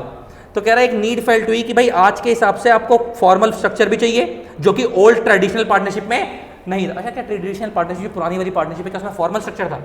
तुमने आधी जगहों पे देखा था, तुमने वहां पे पढ़ा था कि अगर आपको नेम चेंज कर रहे हो, है ना, आप रजिस्टर्ड ऑफिस चेंज कर रहे हो पार्टनरशिप का, तो आपको रजिस्ट्रार को बताना है कितने दिन में बताना है, कोई टाइम पीरियड नहीं था वहां पे, है ना। कोई दिक्कत हो रही है, चेंज कर लो, कुछ दिन में बताना है, कुछ नहीं पता। क्या पार्टनरशिप का फॉर्मल स्ट्रक्चर था? नहीं था। आधी से चीजें इनफॉर्मल थी, सब कुछ आपके हिसाब से दी हुई थी। क्या एलएलपी का स्ट्रक्चर थोड़ा बहुत फॉर्मल है? क्या कंपनी से थोड़ा सा कम है लेकिन पार्टनरशिप थोड़ा सा ज्यादा है कि कोई सुनने वाला है? आगे तो कह रहे एक नया लॉ बनाया गया, क्योंकि पुराने वाले लॉ में एक दिक्कत और थी, क्या थी, अनलिमिटेड पर्सनल लायबिलिटी, लेकिन नए वाले में वो नहीं है। तो कह रहा है इसका, और इसका स्ट्रक्चर क्या है, फ्लेक्सिबल है, इनोवेटिव। अच्छा, फ्लेक्सिबल क्यों है? अपने हिसाब से आप एलएलपी एग्रीमेंट डिसाइड करो। The LLP is viewed as an alternate corporate business vehicle. क्या लाइन अभी ऊपर पढ़ के आए? क्या एलएलपी एक ऑल्टरनेट कॉर्पोरेट बिजनेस व्हीकल है कि जो लोग कंपनी पार्टनरशिप नहीं बनाना चाहते वो क्या बना लें, एलएलपी बना लें। It provide the benefit of limited liability but allow it members for the flexibility of organizing their internal structure. दोनों बातें हो गई। कह रहा है आपको लिमिटेड लायबिलिटी का बेनिफिट दे रहे हैं कंपनी से निकाल कर, और इंटरनल स्ट्रक्चर अपने हिसाब से डिसाइड कर लो। ये कहां से निकाल के दिया इन्होंने फीचर? पार्टनरशिप से। बस ये बेसिक बात। अगर आप सीधा मीनिंग एंड एलएलपी, मीनिंग है concept of LLP, meaning of LLP and concept. पहला, LLP is a new form of legal business entity. क्या इंडिया में आप इलीगल बिजनेस कर सकते हैं एलएलपी में? नहीं। With limited liability. क्या लायबिलिटी लिमिटेड है? Yes. It is an alternate corporate business vehicle that not only gives the benefit of limited liability at law compliance cost but allow its partners the flexibility of organizing their internal structure as compared to as a traditional partnership, मतलब normal partnership, जो partnership एक 1932 वाली थी, normal partnership. कह रहा है आपको limited liability तो दे ही रहे हैं, वो तो कंपनी से उठा कर दिया, लेकिन नॉर्मल पार्टनरशिप वाले फायदे भी दे रहे हैं। क्या बात घुमा फिरा कर सारी वही बातें रिपीट करे जा रहा है। आगे बढ़ो। लेकिन कह रहा है एलएलपी की सेपरेट लीगल एंटिटी है। इसका मतलब ये, and while the LLP itself will be liable for full extent of its asset the liability of the partner will be limited. आ गई एलएलपी की सेपरेट लीगल एंटिटी है। इसका मतलब ये कि कल को अगर एलएलपी डूबेगी तो एलएलपी को अपने ही एसेट से चुकाना पड़ेगा, पार्टनर्स लायबल नहीं है, पार्टनर्स की लायबिलिटी क्या रहेगी, लिमिटेड ही रहेगी। ठीक है जी। और नीचे वो क्या कह रहा है, since LLP contains element of both corporate structure as well as partnership firm, LLP is also called as a hybrid between company and, hybrid का मतलब मिक्सचर ऑफ टू। तो ये मिक्सचर है किसके बीच में, कंपनी और पार्टनरशिप के बीच में। अब 3 डेफिनेशन आई है, नहीं, बॉडी कॉर्पोरेट, बिजनेस और स्मॉल एलएलपी। अब सुनना, बॉडी कॉर्पोरेट क्या होती है, सीधी सी भाषा में मेरे को बताने की जरूरत नहीं है। कोई भी ऐसी चीज जिसकी सेपरेट लीगल एंटिटी होती है वो क्या होती है, बॉडी कॉर्पोरेट होती है। क्या उसके अंदर जो नॉर्मल कंपनी एक्ट में कंपनी बनी है वो भी आएगी, प्लस इसके अलावा एलएलपी भी आ जाएगी, प्लस इसके अलावा अच्छा एलएलपी इंडिया में जो बनी है वो भी आ जाएंगे, एलएलपी जो बाहर बनी है वो भी आ जाएंगे। जो बाहर वाली कंपनी अगर इंडिया में आती है तो वो भी, क्या सबकी सेपरेट लीगल एंटिटी है? यस। मगर क्या कवर नहीं होगा, ये आपने वहां पे भी पढ़ा था। आपने पढ़ा था कि बॉडी कॉर्पोरेट में 2 चीजें कवर नहीं होती, वहां पे आपने पढ़ा था। एक तो कोऑपरेटिव सोसाइटी, दूसरा सोसाइटी, नॉर्मल वाली सोसाइटी, और तीसरा यहाँ पे एक शब्द आ रहा है कॉर्पोरेशन सोल। अच्छा, कॉर्पोरेशन सोल क्या होता है? एक ऐसा बंदा जिसकी खुद की पहचान है, जैसे example governor, example president of India. अच्छा, क्या इनकी खुद की पहचान है? अच्छा एक बात बताओ, आज के डेट में अगर प्रेसिडेंट पूरे इंडिया को रिप्रेजेंट, अच्छा प्रेसिडेंट आपको पता है पूरी कंट्री का एक होता है, गवर्नर स्टेट वाइज होते हैं। अच्छा आपको पता होगा क्या पूरी कंट्री के बिहाफ पे अगर कॉन्ट्रैक्ट करना है, डीलिंग करनी है, हम तो घरों के बिहाफ पे करते हैं ना, कंट्री के बिहाफ पे कॉन्ट्रैक्ट कौन करते होंगे, प्रेसिडेंट, और स्टेट के बिहाफ पे कॉन्ट्रैक्ट कौन करते होंगे, गवर्नर्स। तो इसका मतलब इनके 2 तरीके की कैपेसिटी होती है, एक तो गवर्नर वाली कैपेसिटी, और क्या दूसरा इनका जो इनकी सैलरी आती होगी कि इनके पर्सनल अकाउंट में जाती होगी। इसका मतलब इनकी गवर्नर की कैपेसिटी एक अलग चीज़ है।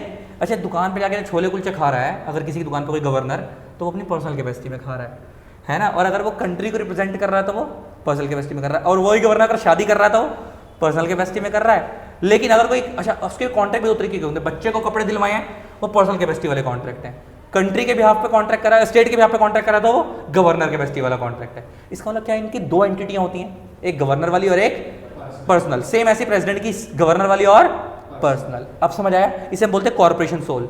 तो देखा जाए तो इनका भी स्ट्रक्चर बॉडी कॉर्पोरेट जैसे दिख रहा है, लेकिन ये बॉडी कॉर्पोरेट नहीं है। और दूसरा कोऑपरेटिव सोसाइटी, और तीसरा कौन सी आती है यहाँ पे, सोसाइटी। इसमें आएगी सोसाइटी। कंपनी लॉ में मैंने दोनों पढ़ाए थे। अच्छा सोसाइटी और कोऑपरेटिव सोसाइटी ये भी बॉडी कॉर्पोरेट है, लेकिन इनके अपने एक्ट में लिखा हुआ है कि हमारे ऊपर और कोई लॉ नहीं लगेगा, हमारे ऊपर और कोई लॉ नहीं लगेगा। तो इससे एक चीज क्लियर हुई, नॉर्मली बॉडी कॉर्पोरेट में वो हर चीज आती है जिसकी क्या है, सेपरेट लीगल एंटिटी है, फिर वो कंपनी हो, फिर वो एलएलपी हो, भले ही वो कंपनी इंडिया में बनी हो, एलएलपी इंडिया में बनी हो या बाहर बनी हो, उससे फर्क नहीं पड़ता। दूसरी चीज हमने समझने वाली क्या है कि दूसरी चीज हमने समझने वाली कि क्या एलएलपी में कवर, क्या बॉडी कॉर्पोरेट में कवर नहीं होगा एज पर दिस एक्ट। एक कोऑपरेटिव सोसाइटी, दूसरा सोसाइटी। कोऑपरेटिव सोसाइटी और सोसाइटी क्यों कवर नहीं हो रही, इनकी सेपरेट लीगल एंटिटी नहीं है, ये बॉडी कॉर्पोरेट नहीं है, ये बॉडी कॉर्पोरेट हैं, लेकिन इनके खुद के एक्ट में क्या लिखा हुआ है, हमारे ऊपर और कोई लॉ नहीं लगेगा, इसलिए आउट है। और तीसरी कौन सी आउट है, कॉर्पोरेशन सोल, क्योंकि ये तो बॉडी कॉर्पोरेट दिख रही है लेकिन ये बॉडी कॉर्पोरेट होती ही नहीं। समझ आ गई जी, फर्क क्लियर हो गया तीनों में। नेक्स्ट आता है बिजनेस। बिजनेस क्या होता है, बिजनेस में कह रहा है आप कोई भी ट्रेड प्रोफेशन करो वो सब क्या है, बिजनेस है, लेकिन except any activity with the central government may by notification exclude. इसका मतलब मैं ऐसे कह सकता हूं कि बड़ी खतरनाक डेफिनेशन दी है, इंक्लूड से स्टार्ट करा है। वो कह रहा है बिजनेस में सब कुछ सारे धंधे आएंगे, सारे ही आएंगे, वो नहीं आएंगे जो आने वाले टाइम पे सेंट्रल गवर्नमेंट बताएगी, लेकिन नॉर्मली हम सबको ही कवर लिखा है आगे। अच्छा, उल्टा नहीं बताया, मतलब इन्होंने ऐसे नहीं बोला कि ये कवर नहीं होगा बाकी कवर होगा, इन्होंने क्या बोला, सब कवर होगा, हम जिसे छोड़ना चाहेंगे बस उसे छोड़ेंगे आने वाले टाइम में। अच्छा, इसका मतलब ऐसा करके क्या करा इन्होंने, वाइडर करके, क्या हर धंधे से पैसा लेंगे, हर के ऊपर टैक्स लगाएंगे, सबको बिजनेस ट्रीट करेंगे। समझ आ रही है बात, समझ आ गई ना। और आने वाले टाइम में जिसको बाहर करना होगा वो एक्सक्लूड कर देंगे। अभी के लिए हम सबको ले रहे हैं, आ जाओ सारे, ठीक है, तुम सभी क्या हो हमारे लिए बिजनेस, तुम पैसा कमा रहे हो, चल बे तू बिजनेस है हमारे लिए, ठीक है, आ जाओ। अब आता है नया कंसेप्ट स्मॉल एलएलपी, लिखो मोस्ट इंपॉर्टेंट, पेपर में आने के चांस ज्यादा है, मोस्ट इंपॉर्टेंट। अच्छा एक बात बताओ, कंपनी लॉ में तुमने एक स्मॉल कंपनी वाला कंसेप्ट पढ़ा था, उसमें पढ़ा था कि स्मॉल कंपनी एक ऐसी कंपनी होती है जिसकी पेड अप शेयर कैपिटल एक सर्टेन अमाउंट से एक्सीड नहीं करनी चाहिए और उसका टर्नओवर एक सर्टेन अमाउंट से एक्सीड नहीं करना चाहिए। तो सेम एक नया कंसेप्ट आया यहाँ पे स्मॉल एलएलपी। अच्छा, कंपनी के अंदर पेड अप शेयर कैपिटल होती है क्योंकि वो जो पार्टनर्स पैसा लगाते हैं वो शेयर कैपिटल की फॉर्म में लगाते हैं, मेंबर्स वहाँ पे कंपनी में। क्या एलएलपी के अंदर पार्टनर्स कंट्रीब्यूशन की फॉर्म में पैसा लगाते हैं, तो यहाँ पे शेयर कैपिटल की जगह शब्द क्या आ गया, कंट्रीब्यूशन, है ना। और दूसरा शब्द वहाँ पे क्या था, टर्नओवर, यहाँ पे भी दूसरा शब्द क्या है, टर्नओवर। टर्नओवर का मतलब क्या था, ओवरऑल सेल्स। तो इसका फर्क कहाँ आया, वहाँ पे शब्द paid up share capital use कर रहे थे, यहाँ पे शब्द क्या यूज कर रहे हैं, कंट्रीब्यूशन। बाकी दूसरा शब्द वहाँ पे भी टर्नओवर था, यहाँ पे भी क्या है, टर्नओवर। टर्नओवर का मतलब ओवरऑल सेल्स। तो वो क्या कह रहा है, ध्यान सुनना। पहला, इट मीन्स, मीन्स मतलब फाइनल। स्मॉल एलएलपी एक ऐसी एलएलपी है जिसके अंदर सारे पार्टनर्स का, ये एक पार्टनर की बात हो रही है, सारे पार्टनर्स की बात हो रही है, मान लो 3 पार्टनर है, 4 पार्टनर जितने भी हैं, सबका मिलाकर कंट्रीब्यूशन 25 लाख से ज्यादा नहीं होना चाहिए। अच्छा, ये लिखा है और such higher amount not exceeding 5 crore का मतलब क्या है कि अभी के लिए लिमिट 25 लाख की है, आने वाले टाइम पे अगर सरकार चाहे, सरकार का मतलब क्या, मिनिस्ट्री ऑफ कॉर्पोरेट अफेयर्स, वो इस 25 लाख की लिमिट को बढ़ा सकती है और बढ़ाकर 5 करोड़ तक लेकर जा सकती है, वो उसकी मर्जी है, वो 50 लाख करे, 1 करोड़ करे, 2 करोड़ करे, लेकिन लास्ट कहाँ तक बढ़ा सकती है, 5 करोड़ तक। अच्छा, इसका मतलब ऐसे समझो कि अगर आने वाले टाइम पे सरकार ने इस लिमिट को चेंज करके 1 करोड़ कर दिया, इसका मतलब है कि उस टाइम पे स्मॉल एलएलपी वो मानी जाएगी जिसका कॉन्ट्रीब्यूशन पार्टनर्स का 1 करोड़ से ज्यादा नहीं है। मगर मैं कह सकता हूं कि ये लिमिट आज के लिए बेकार है और सच हायर वाली। यहाँ पे क्या लिखा, एज मे बी प्रिस्क्राइब, लिखा ना एज मे प्रिस्क्राइब, प्रिस्क्राइब की जा सकती है, इनकी नहीं गई। मैं कह सकता हूँ सरकार को सिर्फ पावर दी गई है इस पॉइंट से। अभी के लिए रेलेवेंट क्या है, सिर्फ ये 25 लाख वाली लिमिट। कि अभी के लिए आप क्या मानोगे कि स्मॉल एलएलपी एक ऐसी एलएलपी है जिसका पार्टनर्स का, सारे पार्टनर्स का जो उन्होंने कंट्रीब्यूशन करा है मिलाकर 25 लाख से ज्यादा नहीं है, और जिसका turnover as per last account, जो उनके ऐसे इधर जैसे कंपनी के अंदर पीएनएल बनता है ना, यहाँ पे statement of accounts and solvency बनती है, लास्ट ईयर का कितना इमीडिएटली प्रीसीडिंग फाइनेंशियल ईयर का 40 लाख से ज्यादा नहीं है। अगर किसी की बुक में 45 लाख हो तो ठीक करेंगे, कितना करें ना 40, ये मैंने गलती से 45 लिख दिया, 40 लाख की लिमिट है। इसका मतलब, अच्छा क्या दोनों कंडीशन में एर है और एंड है, क्या दोनों एक साथ फॉलो करनी है? अगर एक भी आपने वायलेट कर दी तो आप स्मॉल एलएलपी की डेफिनेशन से क्या हो जाओगे, बाहर हो जाओगे। और आप, अच्छा स्मॉल एलएलपी का कंसेप्ट लाया क्यों है कि छोटी एलएलपी है, इनके ऊपर कम लॉ लगेंगे, और जो स्मॉल एलएलपी डेफिनेशन नहीं आ रहे उनके ऊपर थोड़े से ज्यादा लॉ लगेंगे। और अभी हम आगे पढ़ेंगे ऑडिट का कंसेप्ट। ऑडिट का कंसेप्ट स्मॉल एलएलपी को नहीं कराना, कौन सी एलएलपी को कराना है, बड़ी वाली एलएलपी को कराना है। अब इससे समझो, इसका ना फटाफट दिमाग में बैठाओ। स्मॉल एलएलपी तुमसे कोई पूछे कौन सी है, सर स्मॉल एलएलपी एक ऐसी एलएलपी जिसका कंट्रीब्यूशन सारे पार्टनर्स का मिलाकर 25 लाख से ज्यादा नहीं है, एंड जिसके अंदर टर्नओवर पिछले साल का इमीडिएटली प्रीसीडिंग फाइनेंशियल ईयर का कितने से ज्यादा नहीं है, 40 लाख से ज्यादा नहीं है। बस यही है स्मॉल एलएलपी। ये जो आगे वाली लिमिट दी हुई है, सच हायर अमाउंट ऐसे इसके नॉट एक्सीडिंग 50 करोड़, ऊपर वाले में 5 करोड़, क्या ये फ्यूचर के लिए पावर दी गई है सरकार को कि लिमिट इस वाली 25 लाख की लिमिट को बढ़ाकर फ्यूचर में कहां तक किया जा सकता है, 5 करोड़ तक, और नीचे 40 लाख की लिमिट को बढ़ाकर कहां तक किया जा सकता है, 50 करोड़ तक। लेकिन अभी के लिए वो लिमिट बेकार है, बेकार है। अभी के लिए वो सरकार को पावर है, अभी के लिए सिर्फ 2 ही लिमिट ध्यान रखनी है, क्या कंट्रीब्यूशन 25 लाख से ज्यादा नहीं होना चाहिए, टर्नओवर सारे पार्ट जो कंट्रीब्यूशन मतलब जो पैसा उन्होंने लगाया पार्टनर से 25 लाख से ज़्यादा नहीं होना चाहिए कैपिटल की फॉर्म में, और जो उनकी सेल्स हुई है पिछले साल की। अच्छा प्रॉफिट की बात हो रही है, सेल्स की, टर्नओवर है मतलब सेल्स की बात हो रही है, प्रॉफिट का लेना देना नहीं, रिवेन्यू की। पिछले साल कितने से ज़्यादा नहीं होना चाहिए, 40 लाख से ज़्यादा नहीं होना चाहिए। और तीसरा पॉइंट लिखा है कि आने वाले टाइम में अगर इसमें से कुछ और भी क्राइटेरिया बताना चाहे तो सरकार ऐड कर सकती है। लेकिन अभी के लिए सिर्फ 2 ही पॉइंट है, अभी के लिए सिर्फ।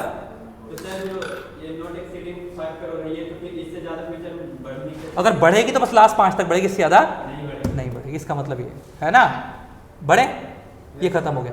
अब आता है कैरेक्टरिस्टिक्स और salient features of LLP. Characteristics और सैलिएंट फीचर्स ऑफ एलएलपी। अच्छा कई बार तुमसे पूछ लेगा एलएलपी के फीचर्स क्या हैं। सैलिएंट का मतलब होता है इंपॉर्टेंट फीचर्स। सैलिएंट का मतलब क्या होता है, इंपॉर्टेंट।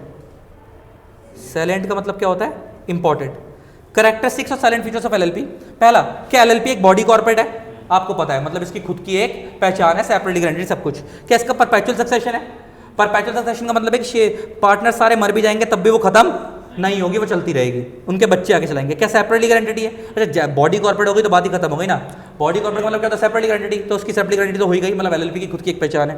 क्या यहाँ पे म्यूचुअल एजेंसी लगती है, नो, यहाँ पे म्यूचुअल एजेंसी नहीं लगती है। इसका मतलब यहाँ पे क्या लिखा हुआ है, नॉर्मल पार्टनरशिप में म्यूचुअल एजेंसी लगती है, इसका मतलब एक पार्टनर की हरकतों के लिए दूसरा पार्टनर लायबल होता है। लेकिन क्या एलएलपी में सिर्फ जो गलती कर रहा है वही लायबल होगा, दूसरा पार्टनर लायबल नहीं होगा, तो यहाँ पे म्यूचुअल एजेंसी नहीं लगती। नेक्स्ट, क्या यहाँ पे एक एलएलपी एग्रीमेंट बनाना पड़ता है, और वही कह रहा है कि एलएलपी एग्रीमेंट में म्यूचुअल राइट्स और ड्यूटीज पार्टनर्स खुद डिसाइड करते हैं, और अगर वो डिसाइड नहीं करें हैं तो क्या लगेगा, एलएलपी एक्ट लगेगा, ये भी आपको पता है। क्या ये एक आर्टिफिशियल लीगल पर्सन है, इसकी खुद की एक पहचान है, ये भी वापस कवर हो रहा है। क्या इसकी कॉमन सील होती है, कॉमन सील है, लेकिन क्या कह रहा है, कॉमन सील एलएलपी में हैव अ कॉमन सील। में हैव का मतलब क्या, ऑप्शनल है, रखना है रखो, नहीं रखना रखो, स्टैंप लगा दी हुई एलएलपी की स्टैंप है। क्या यहाँ पे पार्टनर्स की लायबिलिटी लिमिटेड होती है। क्या यहाँ पे मैनेजमेंट सेपरेट है, नहीं, यहाँ पे मैनेजमेंट सेम है, मिक्स है, सेपरेट नहीं है।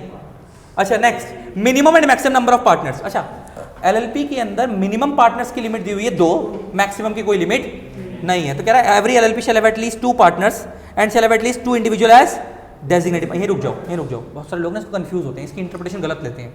यहाँ पे स्टार्ट कैसे हो रहा है, every LLP shall have 2 partners and shall have at least 2 designated partner. लोगों को लगता है 4 हो गए, 2 पार्टनर और 2 डेजिग्नेटेड पार्टनर। क्या designated partner is also partner. तो इसको अगर आप स्टार्टिंग में एलएलपी बना रहे हो तो आप 2 ही बंदों से बनाओगे तो बहुत है, वो डेजिग्नेटेड पार्टनर भी होंगे और वो पार्टनर भी होंगे। लेकिन इसके बाद जो आगे के जितने बंदे आप रखोगे वो आपकी चॉइस है कि आप उन्हें पार्टनर बनाओ या डेजिग्नेटेड बनाओ। ऐसा नहीं है कि आगे वाले सारे पार्टनर ही बनेंगे, अगर उनमें से कोई लिमिट नहीं है, कोई चक्कर नहीं है। इसमें क्या लिखा है, यहाँ पे सिर्फ मिनिमम की लिमिट है। अच्छा there is no maximum limit on partners in LLP, कोई लिमिट नहीं है, ऐसा मिनिमम मैक्सिमम नहीं है, मैक्सिमम की कोई लिमिट। क्या नॉर्मल पार्टनरशिप वाला कंसेप्ट है, पार्टनरशिप कोई चक्कर ही नहीं है यहाँ पे, कोई ज़्यादा खुद क्यों रखेगा, सैलरी देनी पड़ती है ना।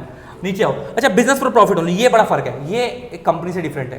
क्या एक बात बताओ, क्या कंपनी इंडिया में सोशल वेलफेयर के लिए भी बन सकती है, प्रॉफिट के लिए बन सकती है, लेकिन आपने पढ़ा था पार्टनरशिप जो है वो ऑलवेज प्रॉफिट के लिए बनती है, सोशल वेलफेयर के लिए नहीं बनती। और यहाँ पे वो ये कह रहा है एलएलपी भी ऑलवेज प्रॉफिट के लिए बनेगी।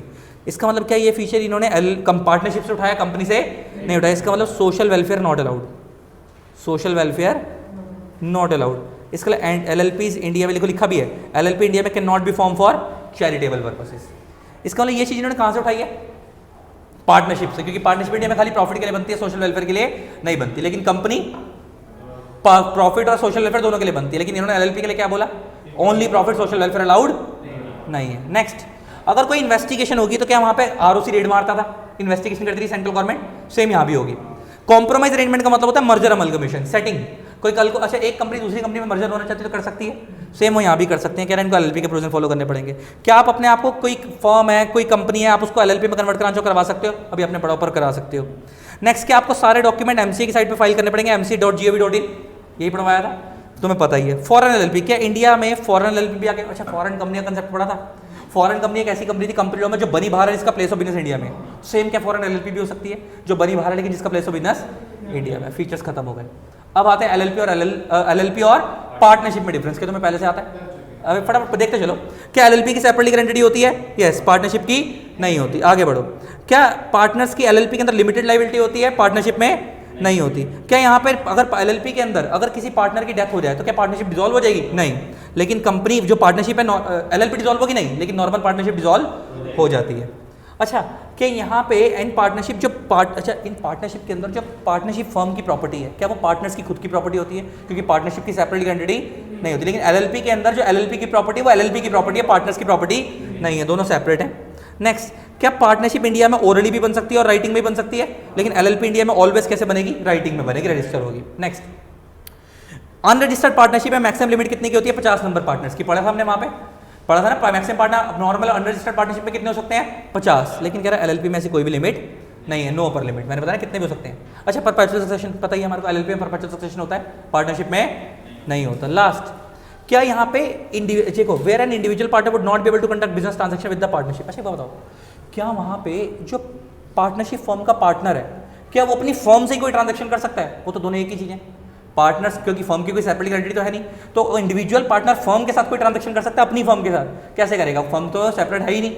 लेकिन क्या यहाँ पे एलएलपी के केस के अंदर क्या इंडिविजुअल पार्टनर अपनी एलएलपी से ट्रांजैक्शन कर सकता है? अरे क्या हो गया, एलएलपी की तो सेपरेट आइडेंटिटी है यार। एक बात बताओ, मैं किसी कंपनी का डायरेक्टर हूँ, मैं अपनी कंपनी से गुड्स खरीदना चाहूँ तो खरीद सकता ना, कंपनी मेरे को दे सकती है, कंपनी की सेपरेट आइडेंटिटी मेरी अलग है। लेकिन अगर मैं पार्टनरशिप फर्म का पार्टनर हूँ तो मैं तो खुद ही पार्टनर हूँ, मैं अपने आप से लेने वाली बात हो गई वो तो। लेकिन अगर मैं एलएलपी का पार्टनर हूँ तो मेरे को उससे ट्रांजैक्शन करनी पड़ेगी। तो यही कह रहा है कि वहाँ पे इंडिविजुअल पार्टनर फर्म से ट्रांजैक्शन नॉर्मल पार्टनरशिप फर्म के केस के अंदर नहीं कर सकता, क्योंकि वो तो खुद ही वही है, कोई फर्म की सेपरेट आइडेंटिटी नहीं है। लेकिन एलएलपी के साथ वो कर सकता है। अब आता है distinction between LLP and LLC. अच्छा, लिमिटेड लायबिलिटी कंपनी का मतलब नॉर्मल कंपनी की बात कर रहा है जिसकी लिमिटेड लायबिलिटी होती है, नॉर्मल कंपनी। आप इसको कंपनी से फर्क समझो। क्या एक कंपनी वैसे इंडिया में 99% कंपनी लिमिटेड लायबिलिटी वाली बनती है ना, अनलिमिटेड वाली तो रेयर ही होती है। अब जरा सुनना, क्या एलएलपी के क्या वगैरह, एलएलपी के अंदर एलएलपी एग्रीमेंट बनता है और कंपनी के केस में एओए वगैरह बनते हैं, यही पता है तुम्हारे को। नेक्स्ट, क्या यहाँ पे एमओए के अंदर सारे राइट्स और ड्यूटी डिसाइड होते हैं, नेम वगैरह सब यहाँ लिखा जाता है, और एलएलपी के केस के अंदर एलएलपी एग्रीमेंट में सब कुछ लिखा जाता है। कह रहा है कि यहाँ पे, अच्छा आपको बताओ, कंपनी लॉ में बोर्ड मीटिंग, जनरल मीटिंग कराने का मैंडेटरी कंसेप्ट होता है कि आपको एक साल में इतनी बोर्ड मीटिंग करानी है, डायरेक्टर्स की इतनी जनरल मीटिंग करानी है। कह रहा है एलएलपी में ऐसा कोई भी कंसेप्ट नहीं होता। क्या कह रहा है, कंपनी के केस के अंदर मैनेजमेंट और ओनरशिप सेपरेट होती है, लेकिन एलएलपी के अंदर ऐसी नहीं होती। क्या वहाँ पे पढ़ा था ना, सेपरेट होती है, शेयर होल्डर अलग होते हैं, डायरेक्टर अलग होते हैं, लेकिन हमने पढ़ा था एलएलपी में सेपरेट नहीं होती, दोनों एक ही होते हैं स्टार्टिंग वाले। नेक्स्ट, अच्छा यहाँ पे एक पॉइंट इंपॉर्टेंट है, in case of a company and no individual director can conduct the business of the company, but in LLP each partner has authority to do so unless expressly prohibited by the partnership terms। अच्छा बताओ, क्या company के case के अंदर director जो मन में आएगा वो करेगा, या इलेक्ट में जो लिखा वही करना पड़ेगा? लेकिन एलएलपी के केस के अंदर आप अपने हिसाब से डिसाइड करके जो मन में आए वो कर सकते हो, लेकिन इट शुड बी लीगल, वो लीगल होना चाहिए। अच्छा, कंपनी के केस के अंदर क्या है, लोन लेने पे रिस्ट्रिक्शन लगी हुई है। अब पहले यहाँ पढ़ो, पहले तो वहाँ कंपनी के केस में क्या लिखा हुआ है, डायरेक्टर्स को रेमुनरेशन देते हैं ना, डायरेक्टर को सैलरी देते हैं, तो वहाँ पे लिखा हुआ है कि डायरेक्टर्स को मैक्सिमम 11% नेट प्रॉफिट का रेमुनरेशन दे सकते हैं, लिमिट है। क्या एलएलपी में ऐसी है, जितना मर्जी रेमुनरेशन दे दो, जितना मर्जी दे दो, कोई लिमिट नहीं है। तो कह रहा है कंपनी के अंदर डायरेक्टर्स को रेमुनरेशन देने की लिमिट है, कितनी है मैंने बता दिया, 11% नेट प्रॉफिट का, लेकिन एलएलपी में ऐसा कुछ भी नहीं है। नेक्स्ट, एक कंपनी कितना लोन ले सकती है उस पर भी लिमिट है, लेकिन एलएलपी में ऐसी कोई भी नहीं है। अच्छा, एलएलपी को जो बुक्स ऑफ अकाउंट्स मेंटेन करने हैं वो कैश और एक्रूअल बेसिस पे करने हैं, लेकिन कंपनी को हमेशा एक्रूअल बेसिस पे करने होते हैं। और नेक्स्ट, अभी ऑडिट वाला पॉइंट पढ़ना, क्या ऑडिट हर कंपनी का कंपलसरी है? मैंने बताया था ऑडिट हर कंपनी का कंपलसरी है, लेकिन एलएलपी के केस में ऑडिट उन एलएलपी का कंपलसरी नहीं है जिनका कंट्रीब्यूशन 25 लाख से एक्सीड नहीं कर रहा और जिनका टर्नओवर 40 लाख से एक्सीड नहीं कर रहा। क्या ये वही वाली बात हो गई, स्मॉल एलएलपी की बात हो रही है, तो उसी का उल्टा हो गया ना। इसका मतलब अगर आप स्मॉल एलएलपी हो तो आपके लिए ऑडिट मैंडेटरी नहीं है, अगर आप स्मॉल एलएलपी से दायरे से बाहर हो तभी आपके लिए ऑडिट मैंडेटरी है, और कंपनी के केस में तो ऑलवेज ऑडिट मैंडेटरी होता ही है। अच्छा, एक होता है कॉस्ट ऑडिट। कॉस्ट ऑडिट समझ आता है? कॉस्ट ऑडिट का मतलब होता है सीएम में करते हैं। कह रहा है कॉस्ट ऑडिट का कंसेप्ट खाली कंपनीज पे लगता है, एलएलपीज के लिए नहीं है। और कह रहा है हर एक एलएलपी को हर साल एक एनुअल रिटर्न फाइल करनी होती है फॉर्म 11 पे, जिसके ऊपर सीएस साइन करेगा। क्या क्या कंपनी लॉ में भी सीएस ही साइन करता है वहाँ पे, और किसी को अलाउड नहीं है एनुअल रिटर्न। अब आता है एडवांटेज ऑफ एलएलपी। एलएलपी बनाने के फायदे क्या हैं, तुम्हारे को ऑलरेडी पता है, जरा पढ़ना। LLP is a form of business model which is organized and operated as on the basis of agreement. के एग्रीमेंट के बेस पे बनती है। प्रोवाइड फ्लेक्सिबिलिटी है। नेक्स्ट, इजी टू फॉर्म है। क्या सारे पार्टनर्स लिमिटेड लायबिलिटी एंजॉय करते हैं। फ्लेक्सिबल कैपिटल स्ट्रक्चर, क्या मैंडेटरी इतनी कैपिटल लगानी है, अपनी मर्जी से लगाओ, अपनी मर्जी लगाओ। इजी टू डिसॉल्व, बंद करना भी आसान है। ये पेपर के हिसाब से आ सकता है, 5 नंबर का क्वेश्चन आया हुआ है तो बस पेपर में। हाँ, और तुम बच्चों में से पूछो सर 5 नंबर लिखेंगे क्या, आप तुम्हारे स्टडी मेट में ऐसे पॉइंट दिए हुए हैं, तो इनको क्या करना है, इनके साथ में 2-2 लाइनें बनाकर बड़ा कर देना, थोड़ा सा अपने मन से इसको लाइनों के इलेबोरेट कर देना, थोड़ा सा समझ आती है बात।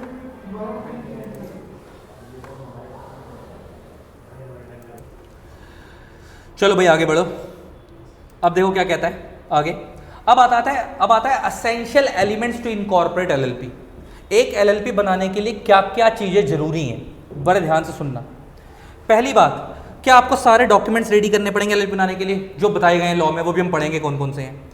और कह रहा है एलएलपी बनाने के लिए कम से कम स्टार्टिंग में 2 पार्टनर्स होने चाहिए, वो इंडिविजुअल भी हो सकता है और बॉडी कॉर्पोरेट भी हो सकती है।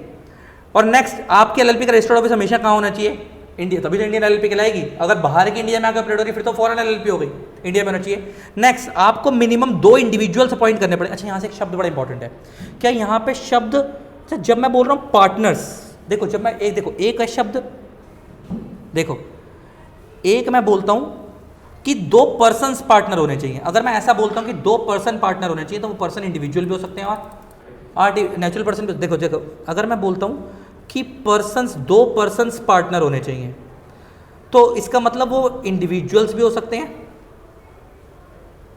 और वो आर्टिफिशियल पर्सन भी हो सकते हैं, राइट। नेचुरल भी हो सकते हैं और आर्टिफिशियल पर्सन्स भी हो सकते हैं, कोई दिक्कत नहीं है, दोनों में से कुछ भी हो सकते हैं। लेकिन जब मैं बोल रहा हूं 2 इंडिविजुअल पार्टनर्स होने चाहिए, पार्टनर होने चाहिए, तो इसका मतलब मैं क्या ह्यूमन बींग्स की बात कर रहा हूं? तो ना साला पता है क्या दिक्कत होती है, इसको पढ़ के ना ऊपर वाले पॉइंट को पढ़ के बड़ी लॉ मेकर की ड्राफ्टिंग मिस्टेक है। वैसे तो ऊपर पढ़ के ये लगता है कि एलएलपी में लिखा है कि नॉर्मल पार्टनर्स होने चाहिए 2 पर्सन्स, तो क्या वो इंडिविजुअल और बॉडी कॉर्पोरेट दोनों हो सकती हैं? मैंने लिख भी दिया ब्रैकेट में, इंडिविजुअल और बॉडी कॉर्पोरेट कोई भी हो। लेकिन नीचे जहां पे वो डेजिग्नेटेड पार्टनर्स की बात कर रहा था वो खाली क्या लिख रहा है कि वो कौन होने चाहिए? तो इसको पढ़ के ये ले रहा है कि डेजिग्नेटेड पार्टनर्स आर्टिफिशियल पर्सन नहीं हो सकते। इसको पढ़ के तो ऐसा ही लग रहा है। अब बड़े ध्यान से सुनना, वैसे तो मैं चीज नॉलेज के लिए बता दूं, नॉलेज के लिए बता दूं, कंपनीज के केस के अंदर भी ये चीज याद रखना, दिमाग में बिठा लेना। शेयर होल्डर जो होता है, शेयर होल्डर वो इंडिविजुअल भी हो सकता है और आर्टिफिशियल पर्सन भी हो सकता है, लेकिन डायरेक्टर ऑलवेज इंडिविजुअल होगा। आर्टिफिशियल पर्सन को डायरेक्टर बनना अलाउड नहीं होता। डिन नंबर कभी भी आर्टिफिशियल पर्सन को नहीं मिलता, खाली किसको मिलता है? नेचुरल पर्सन को मिलता है। एक बात बताओ, मैनेजमेंट कौन संभालेगा? इंसान ही संभालेगा ना, कंपनी तो संभालेगी, लेकिन पैसा तो कंपनी भी लगा सकती है और इंडिविजुअल भी। तो एक कंसेप्ट पहले कंपनी लॉ का समझो। कंपनी लॉ कंसेप्ट क्या है? क्या बोला मैंने? जो डायरेक्टर होगा वो ऑलवेज कौन होगा? इंडिविजुअल, लेकिन जो शेयर होल्डर होगा वो इंडिविजुअल भी हो सकता है और बॉडी कॉर्पोरेट भी हो सकती है। अब नीचे आओ, अब इसमें कंसेप्ट समझो।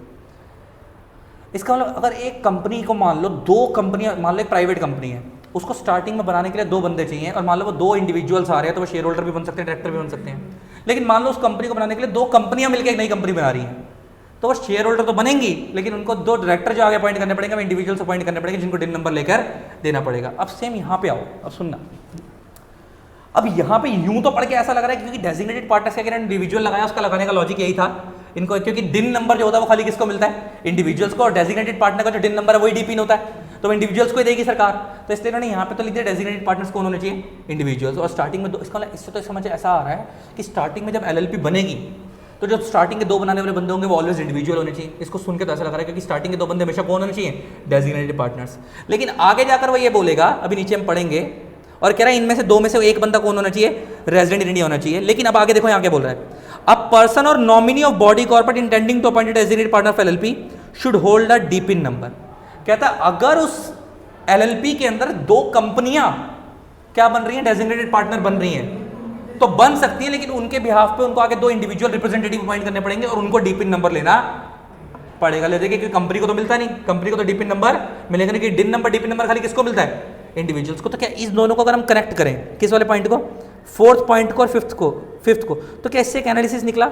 ऊपर तो पढ़ के ऐसा लग रहा था कि जो डेजिग्नेटेड पार्टनर्स होंगे वो ऑलवेज इंडिविजुअल्स होंगे, लेकिन नीचे वाले पॉइंट से एनालिसिस क्लियर हो गया कि डेजिग्नेटेड पार्टनर्स बॉडी कॉर्पोरेट भी हो सकती हैं, लेकिन अगर वो बॉडी कॉर्पोरेट तो उनको अपने 2 नॉमिनी अपॉइंट करने पड़ेंगे, हर एक दोनों बॉडी कॉर्पोरेट को अपना अपना एक, जो कि कौन होगा? इंडिविजुअल होगा, और उसको क्या लेना पड़ेगा? डीपिन नंबर लेना पड़ेगा, क्योंकि एंटिटीज को डीपिन नंबर नहीं मिलता। क्या सेम कंसेप्ट कंपनी लॉ वाला हो गया?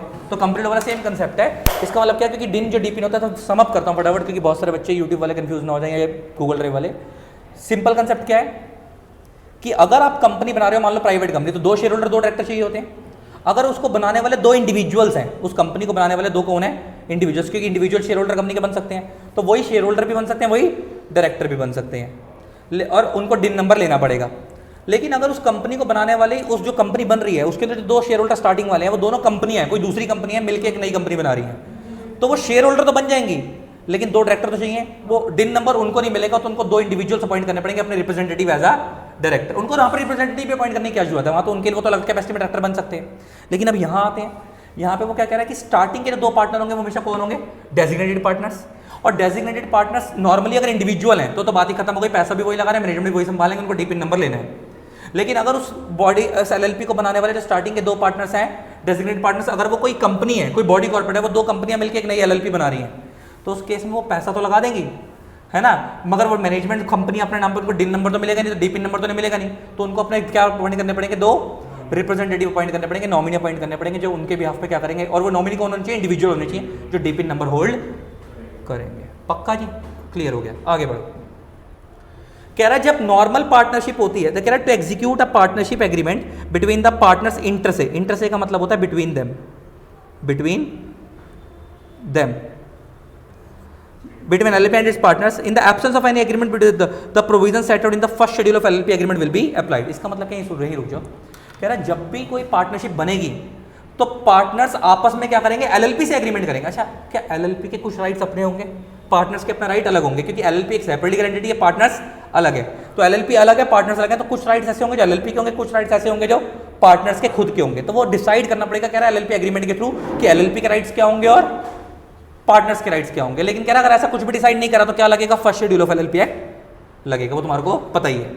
नेक्स्ट, और कह रहा है स्टार्टिंग में एलएलपी का नेम भी डिसाइड करना पड़ेगा, ये तो बात ही खत्म हो गई, तो कुछ बोलने की जरूरत नहीं है। और कह रहा है साथ में नेसेसरी फीस भी देनी पड़ेगी बनाने के लिए। ओहो, हम तो डर गए। ठीक है, अब आता है स्टेप्स टू इनकॉर्पोरेट एलएलपी। हाँ भाई, एलएलपी बनाने के स्टेप्स क्या हैं, बड़ा ध्यान से सुनना, सिंपल है, बताता चले जा रहा हूँ, रुक जाओ। अच्छा, कंपनी जब बनाते हो, कंपनी, क्या कंपनी बनाने के लिए सबसे पहले स्पाइस के थ्रू नाम लेना होता है, स्पाइस प्लस के थ्रू, है ना, और उसके बाद जब कंपनी का नाम मिल जाता है उसके बाद हम स्पाइस प्लस के थ्रू ही कंपनी को इनकॉर्पोरेट करते हैं। उसमें 3 फॉर्म जाता है, आईएनसी 32, 33, 34, 35, 4 फॉर्म जाते थे, और एक आईएनसी 9 भी जाता था बनाने के लिए, पढ़ा था ना, 32, 34 में आईएनसी 9 में डिक्लेरेशन जाती थी, ये 5 फॉर्म जाते थे। अच्छा, पहले नाम लेते हैं, उसके बाद स्पाइस नाम भी स्पाइस से लेते हैं, उसके बाद बनाते भी स्पाइस प्लस के फॉर्म से ही है ना, और उसके बाद उसमें MOA उस टाइम लगाकर भेज देते हैं। इसमें क्या हो रहा है, थोड़ा सा डिफरेंट है कंसेप्ट, पहले नाम लेंगे, और नाम किस फॉर्म से लेंगे, पहले, अच्छा पहले क्या होता था, एलएलपी ऐसे बनती थी, फॉर्म 1 में नाम लिया, फॉर्म 2 में एलएलपी बनाई, और बनने के बाद एलएलपी एग्रीमेंट फॉर्म 3 में भेजा। अच्छा रुक जाओ, मैं एक फर्क बता रहा हूँ, क्या कंपनी बनने के टाइम पे MOA कंपनी के साथ में लग के जाता है बनने के टाइम पे, यहाँ पे क्या होता है, एलएलपी एग्रीमेंट एलएलपी बनने के बाद साइन होता है। उसका रीजन है, क्या एलएलपी एग्रीमेंट एलएलपी और पार्टनर्स के बीच में साइन हो रहा है, एलएलपी बनेगी ही नहीं तो एलएलपी एग्रीमेंट साइन किसके साथ करोगे, समझ आती है। इसका मतलब राइट्स और ड्यूटीज जो पार्टनर्स के हैं वो एलएलपी के साथ मिलकर जो डिसाइड होंगे वो एलएलपी बनने के बाद डिसाइड होंगे। लेकिन कंपनी के केस में क्या होता है, MOA के टाइम पे बनते के टाइम ही डिसाइड हो जाते। तो एक फर्क यहाँ पे ये है, ये एक्स्ट्रा फॉर्म है। तो पहले क्या होता था, एलएलपी बनाने के लिए फॉर्म 1 जाता था नाम लेने के लिए, फॉर्म 2 जाता था एलएलपी बनाने के लिए, और जब एलएलपी बन जाती थी उसके 30 दिन में एक फॉर्म जाता था फॉर्म 3, जिसके अंदर एलएलपी एग्रीमेंट साइन होता था। क्या साइन होता था, एलएलपी एग्रीमेंट, किसके बीच में, एलएलपी के पार्टनर्स के बीच में और एलएलपी के बीच में। अच्छा, और वो बाद में क्यों जाता था बनने के बाद, आपको लॉजिक समझ आ गया, पहले एलएलपी बनेगी तभी तो एग्रीमेंट साइन होगा। अब क्या हो गया, वो फॉर्म 1 की जगह पे नया नाम आ गया, रन एलएलपी का कंसेप्ट। नाम कहां से लेंगे, रन एलएलपी से, और नाम एक बार जब मिल गया तो अब फॉर्म फाइल करेंगे, फॉर्म फिलिप। क्या नाम है फॉर्म का, फिलिप। फॉर्म 2 की जगह कौन सा आ गया, फिलिप वाला फॉर्म आ गया, इस फॉर्म का नाम है फिलिप। और जब ये फिल हो गया तो अब उसके एलएलपी बन गई। अब बनने के बाद 30 दिन में फॉर्म फाइल करना सरकार को, एलएलपी एग्रीमेंट साइन करके, वो आज भी फॉर्म 3 है, वो आज भी कौन सा है, फॉर्म। तो इसका फॉर्म 1 और 2 रिप्लेस हो गया, नाम चेंज हो गया, लेकिन फॉर्म 3 की जगह आज भी क्या, फॉर्म 3, एलएलपी बन गई। हाँ भाई फटाफट रिपीट करो, है नंबर काट देगा, 0 कर देगा, वो अमेंडमेंट आ चुकी है, जमाना हो गया। हाँ भाई ठीक है, तो मैंने क्या बोला, फटाफट बताओ, सम अप करो प्रोसीजर। सबसे पहले नाम कैसे लोगे, रन एलएलपी के थ्रू, फिर फॉर्म फिलिप, रन उसमें नाम मिल के रजिस्टर कैसे करवाओगे, फॉर्म फिलिप के थ्रू, और रजिस्टर होने के बाद फॉर्म 3 में एलएलपी एग्रीमेंट फाइल करोगे, कंपनी बनने के, रजिस्टर होने के 30 दिन, एलएलपी बनने के 30 दिन। अब तो मैं दिखा भी देता हूँ,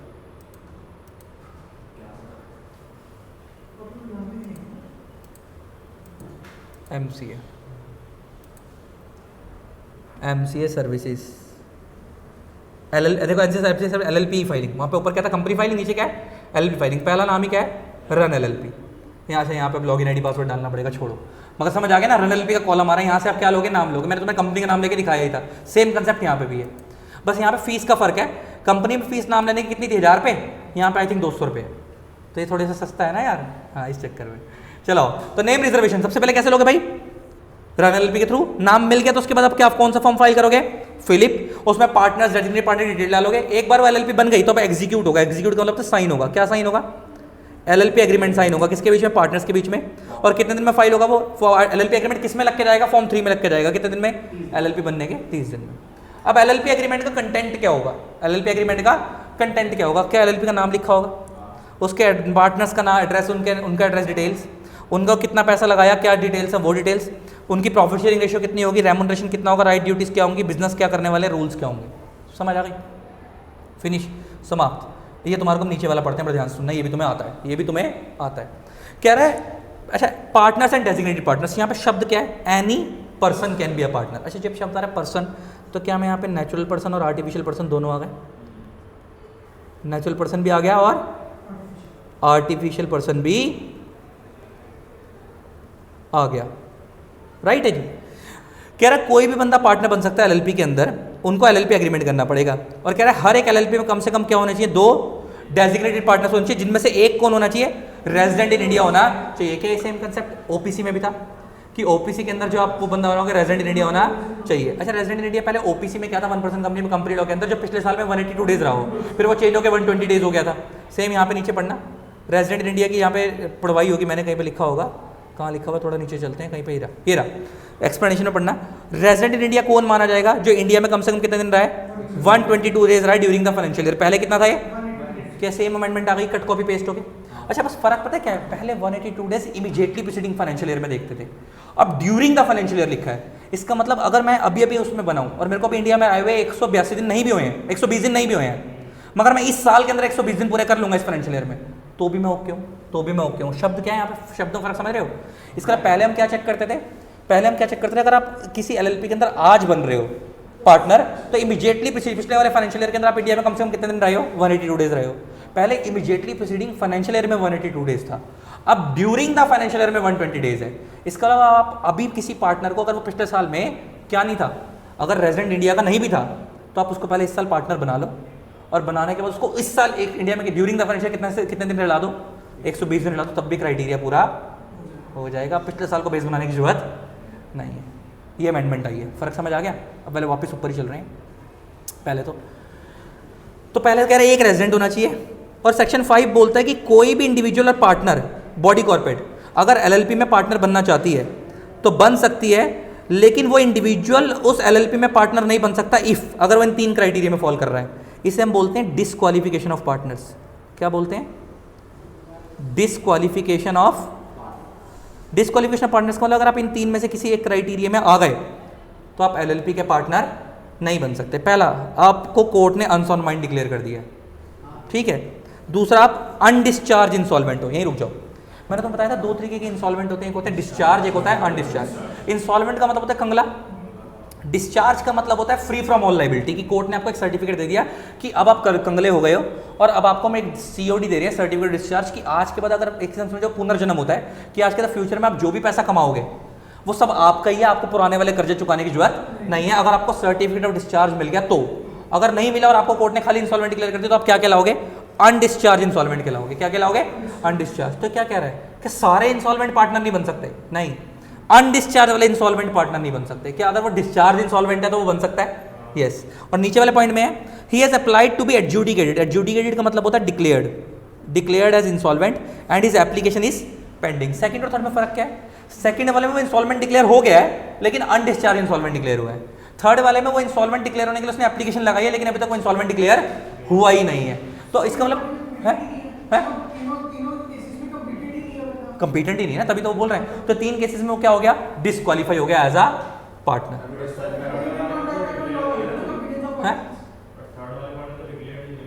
अभी तो पता ही, तो अभी तब तक नहीं बन सकता ना जब तक डिक्लेयर नहीं हुआ कि वो बनेगा नहीं बनेगा, क्योंकि ये नहीं पता ना बाद में कौन सा वाला बनेगा, इसलिए उसे क्या कर दिया, डिस्क्वालीफाई कर दिया। अगर तो बाद में ओके हो जाएगा वो तो बन जाइए भाई, ठीक है ना। इसका मतलब सम अप करो, अनसॉल्वेंट नहीं बन सकता, अनडिस्चार्ज इंसॉल्वेंट नहीं बन सकता, डिस्चार्ज इंसॉल्वेंट बन सकता है ना। और तीसरा, वो वाला बंदा जिसने इंसॉल्वेंसी की एप्लीकेशन लगाई लेकिन एप्लीकेशन अभी पेंडिंग है।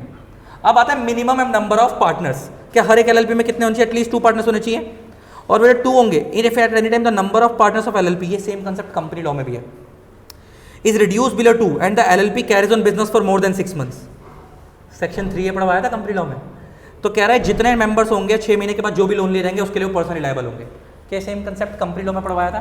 कह रहा लिख लो यहाँ पे same as section 3A of company act, same as section 3A of companies act. वहाँ पे आपने सेक्शन कंपनी एक्ट में क्या पढ़ा था कि नॉर्मली कंपनी जो भी कर्जे ले रही है कंपनी लायबल होगी, लेकिन आपने पढ़ा था कि आपका प्राइवेट कंपनी में मिनिमम 2 मेंबर चाहिए होते हैं, पब्लिक कंपनी में मिनिमम 7 मेंबर चाहिए होते हैं। और आपने वहाँ पे पढ़ा था कि अगर प्राइवेट कंपनी में 2 से कम मेंबर हो जाएंगे और पब्लिक कंपनी में 7 से कम मेंबर हो जाएंगे और वो लिमिट कम होने के बाद भी वो बिजनेस करते हुए 6 महीने से ज़्यादा हो चुके हैं, तो उस केस में 6 महीने के बाद जितने भी कर्जे लिए जाएंगे उसके लिए वो मेंबर्स पर्सनली लायबल होंगे, कंपनी लायबल नहीं होगी। सेम यहाँ पे भी है, सेम कंसेप्ट यहाँ भी है कि 6 महीने के बाद वाले कर्जों के लिए, 6 महीने से पहले वाले कर्जों के लिए एलएलपी ही लायबल होगी। लेकिन अगर किसी एलएलपी में मिनिमम 2 पार्टनर चाहिए, 2 से कम हो गए तो उनको 6 महीने में 2 कर लेने चाहिए। अगर उन्होंने 6 लिमिट को वापस 2 पे नहीं करा तो 6 महीने के बाद वो अकेला पार्टनर बिजनेस कंटिन्यू करता रहा, तो उस केस में क्या होगा, वो अकेला पर्सनली लायबल होगा।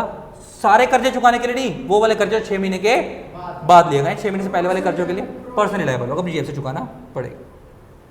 अब नीचे पढ़ो, ये तुम्हारे को आता है डेजिग्नेटेड पार्टनर्स। कह रहा है एवरी एलएलपी में कम से कम 2 क्या होने चाहिए, डेजिग्नेटेड पार्टनर्स, जो कि इंडिविजुअल होंगे और उसमें से एक कौन होना चाहिए, रेजिडेंट इंडिया। अच्छा, इसको तो पढ़ के लगता है वापस इंडिविजुअल, वही गड़बड़ी है कि इंडिविजुअल होगा, लेकिन नीचे देखो क्या बोल रहा है, अगर उस एलएलपी में जो डेजिग्नेटेड पार्टनर्स है वो बॉडी कॉर्पोरेट है तो उस कह रहे हैं उनके रिप्रेजेंटेटिव अपॉइंट होंगे जो एज अ डेजिग्नेटेड पार्टनर काम करेंगे।